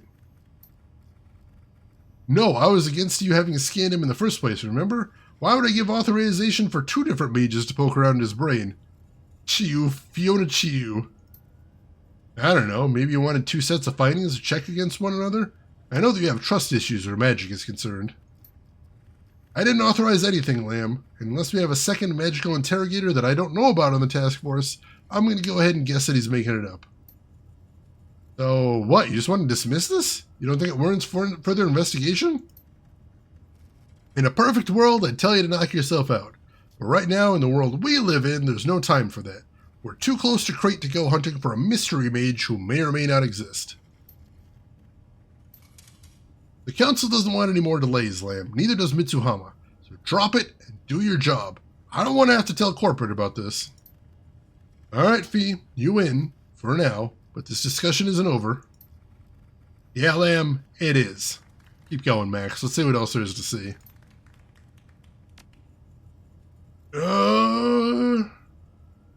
Check the junk mail folder.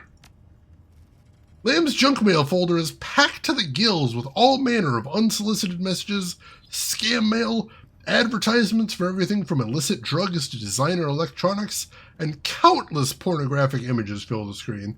It'd take days to sort through all of this for anything useful, and searching by trial and error would most likely expose the PDA to a whole host of nasty worms and viruses. Ugh, remind me never to open my own junk folder. We'll see if there's anything tagged in here. Oh, we don't know what tag to look for yet. Check the trash bin, then. A little digging reveals a file buried in the PDA's trash can. Looks like Lamb intended to get rid of it, but he died before he got around to pulling the trigger on it. From Crate to Andy Lamb, subject instructions / next steps. Mr. Koo tells you that you've accepted our offer. Welcome aboard. Once you've delivered a queue, report to me and we'll have you relocated to the Tai Po facility. You'll be safe there. We have the location under 24-hour guards for obvious reasons. From there on out, all you need to do is keep your head down and count your money.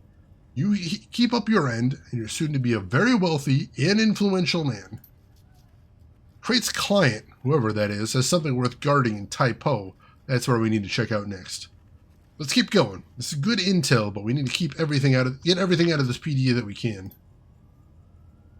Alright, let's look in the junk mail folder again.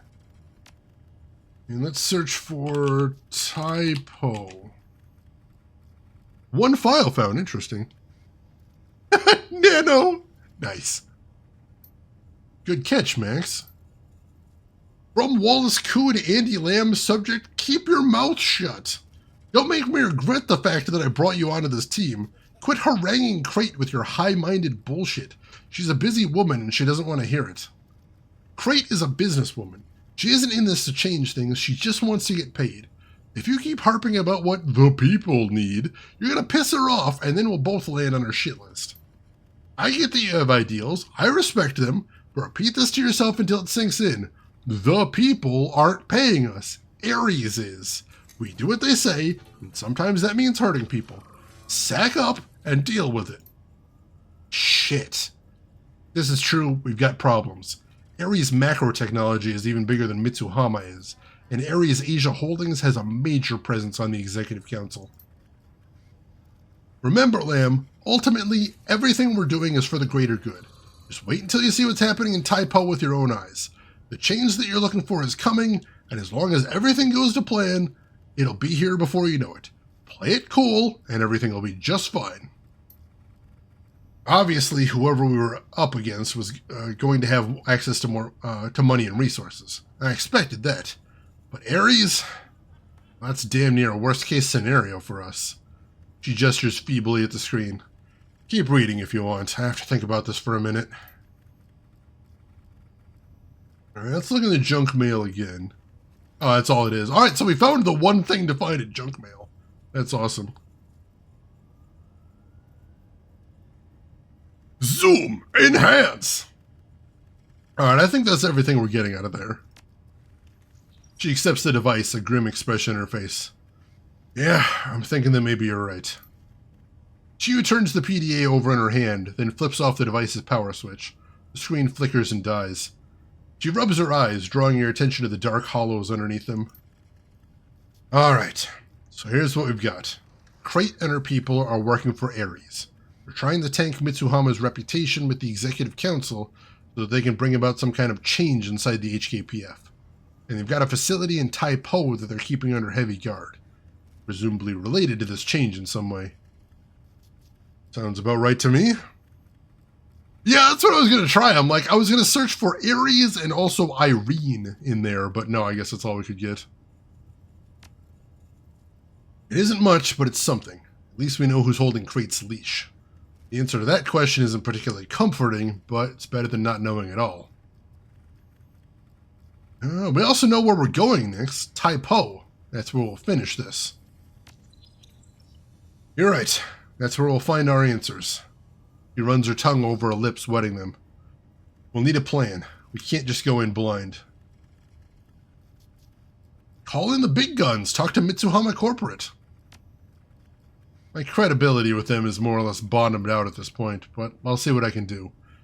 You go back to your boat and inform the rest of your team. I'll call you when I know more. Got it. I'll go talk to him. Good. I'll be in touch. Oh, jeez. Well, Ares. There's some dudes I would not like to be going up against right now. They are very large, and you know what else they are? Murdery. They're very murdery. Oh, I'm going to spend my karma here. I am going to get another spell point in spellcasting here. Because that's a better 2-hit, and I want more of that.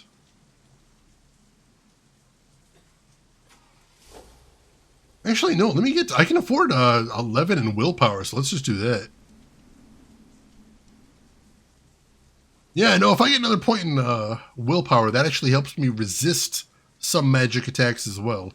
So I think more willpower is actually better than more spellcasting for me right now. Well, of course they are. It's in the name. It is a very exemplary name right there. I have been mowing down a lot of dudes today. This is true, Ed. I can't fault the guys for sticking to their branding. They've got a shtick and they're going with it. Most definitely. Wonder if Ares could mess with their weapons? Oh god, I hope not. Alright. And that leaves me with 2 points, which I doubt I have anything to do with right now. Alright. Let's go ahead and save right here.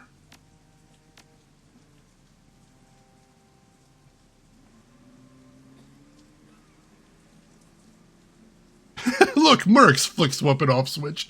I imagine since my characters are doing illegal activities frequently, they probably have some sort of fail-safe to keep that from happening.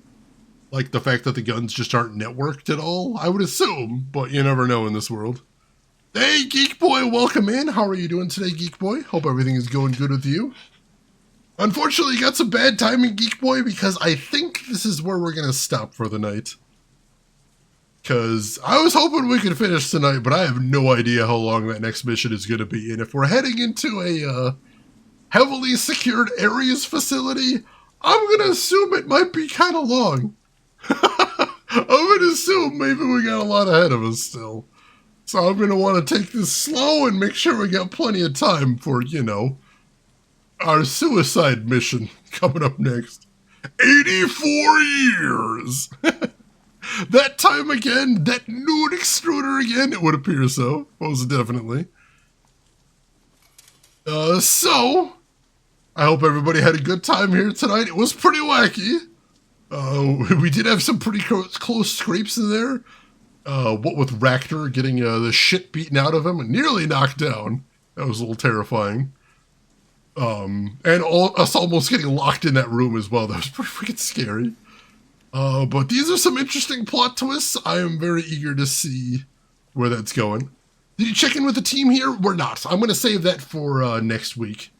So next week when we start off the stream, we'll start off by checking in with the team. We'll do a little shopping if necessary, and then we'll do the mission. So don't worry, we are going to do that, Emperor, I promise you. Check in with the team and take a look around the boat as well. Get acquainted with all the folks around here, too. Yeah, we're going to look at the BBS as well next week, too. Don't worry, I promise you we're going to do that. Because I love that stuff. That stuff's so good. So thank you, everybody, for being here. It was an awesome night today. I am looking forward to seeing the end of this game, but also I am enjoying all the days that I get to play it because this game is so good. So thank you all for being here. I hope you will join us next week. The plan next week is on Friday. We are going to finish this game up. And then on Saturday and Sunday, we are going to be playing the next game on our schedule, which is going to be Lena's Inception, which is an indie take on Link's Awakening with some cool twists. I would love to have you all for that as well, so I hope you will join us for that.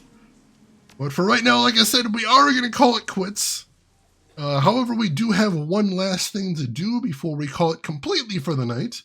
If you can stand to stick around for just one more minute, I would really appreciate it. Because we gotta see who all else is around, so if you're not done watching Twitch for the day, maybe we can send you somewhere cool. I'd like the opportunity to. So make sure to hit follow if you haven't already. That'll be the quickest way to find me next week or anytime if you'd like to come back. I'd love to have you back here. And while I am looking to see who all is live right now, there are some links in chat you might want to check out if you haven't seen them yet, including a link to my YouTube if you want to get caught up on Shadowrun Hong Kong or check out any of the other games I've played in the past. Feel free to join us for that. And we have a link to my Discord if you would like to chat with me or the rest of the community outside of the stream. Feel free to join us there. We would love to have you. And I see somebody we haven't raided in quite some time playing a game I haven't thought about in ages. So this should actually be pretty interesting. I think we got some fans of this game in here right now. So, ladies and gentlemen, I would love it if you join me as we go raid none other than Ryan AVX. He is a very cool retro streamer with a great aesthetic to his stream. I really love it. And today he is playing Warcraft 3 on campaign mode. I haven't thought about Warcraft 3 in about a million years, but that game, I had a lot of fun back in the day. So this should be some nice nostalgia. So why don't you join me over there, say hi to Ryan, hang out for a bit, throw him a follow if you like what he's doing. But hey, if you've got other things to do, I will just say as I always do, have a good morning, afternoon, or evening, wherever you're at in the world. And I will see you folks next week for the conclusion of Shadowrun Hong Kong. Take care of yourselves till then, everybody.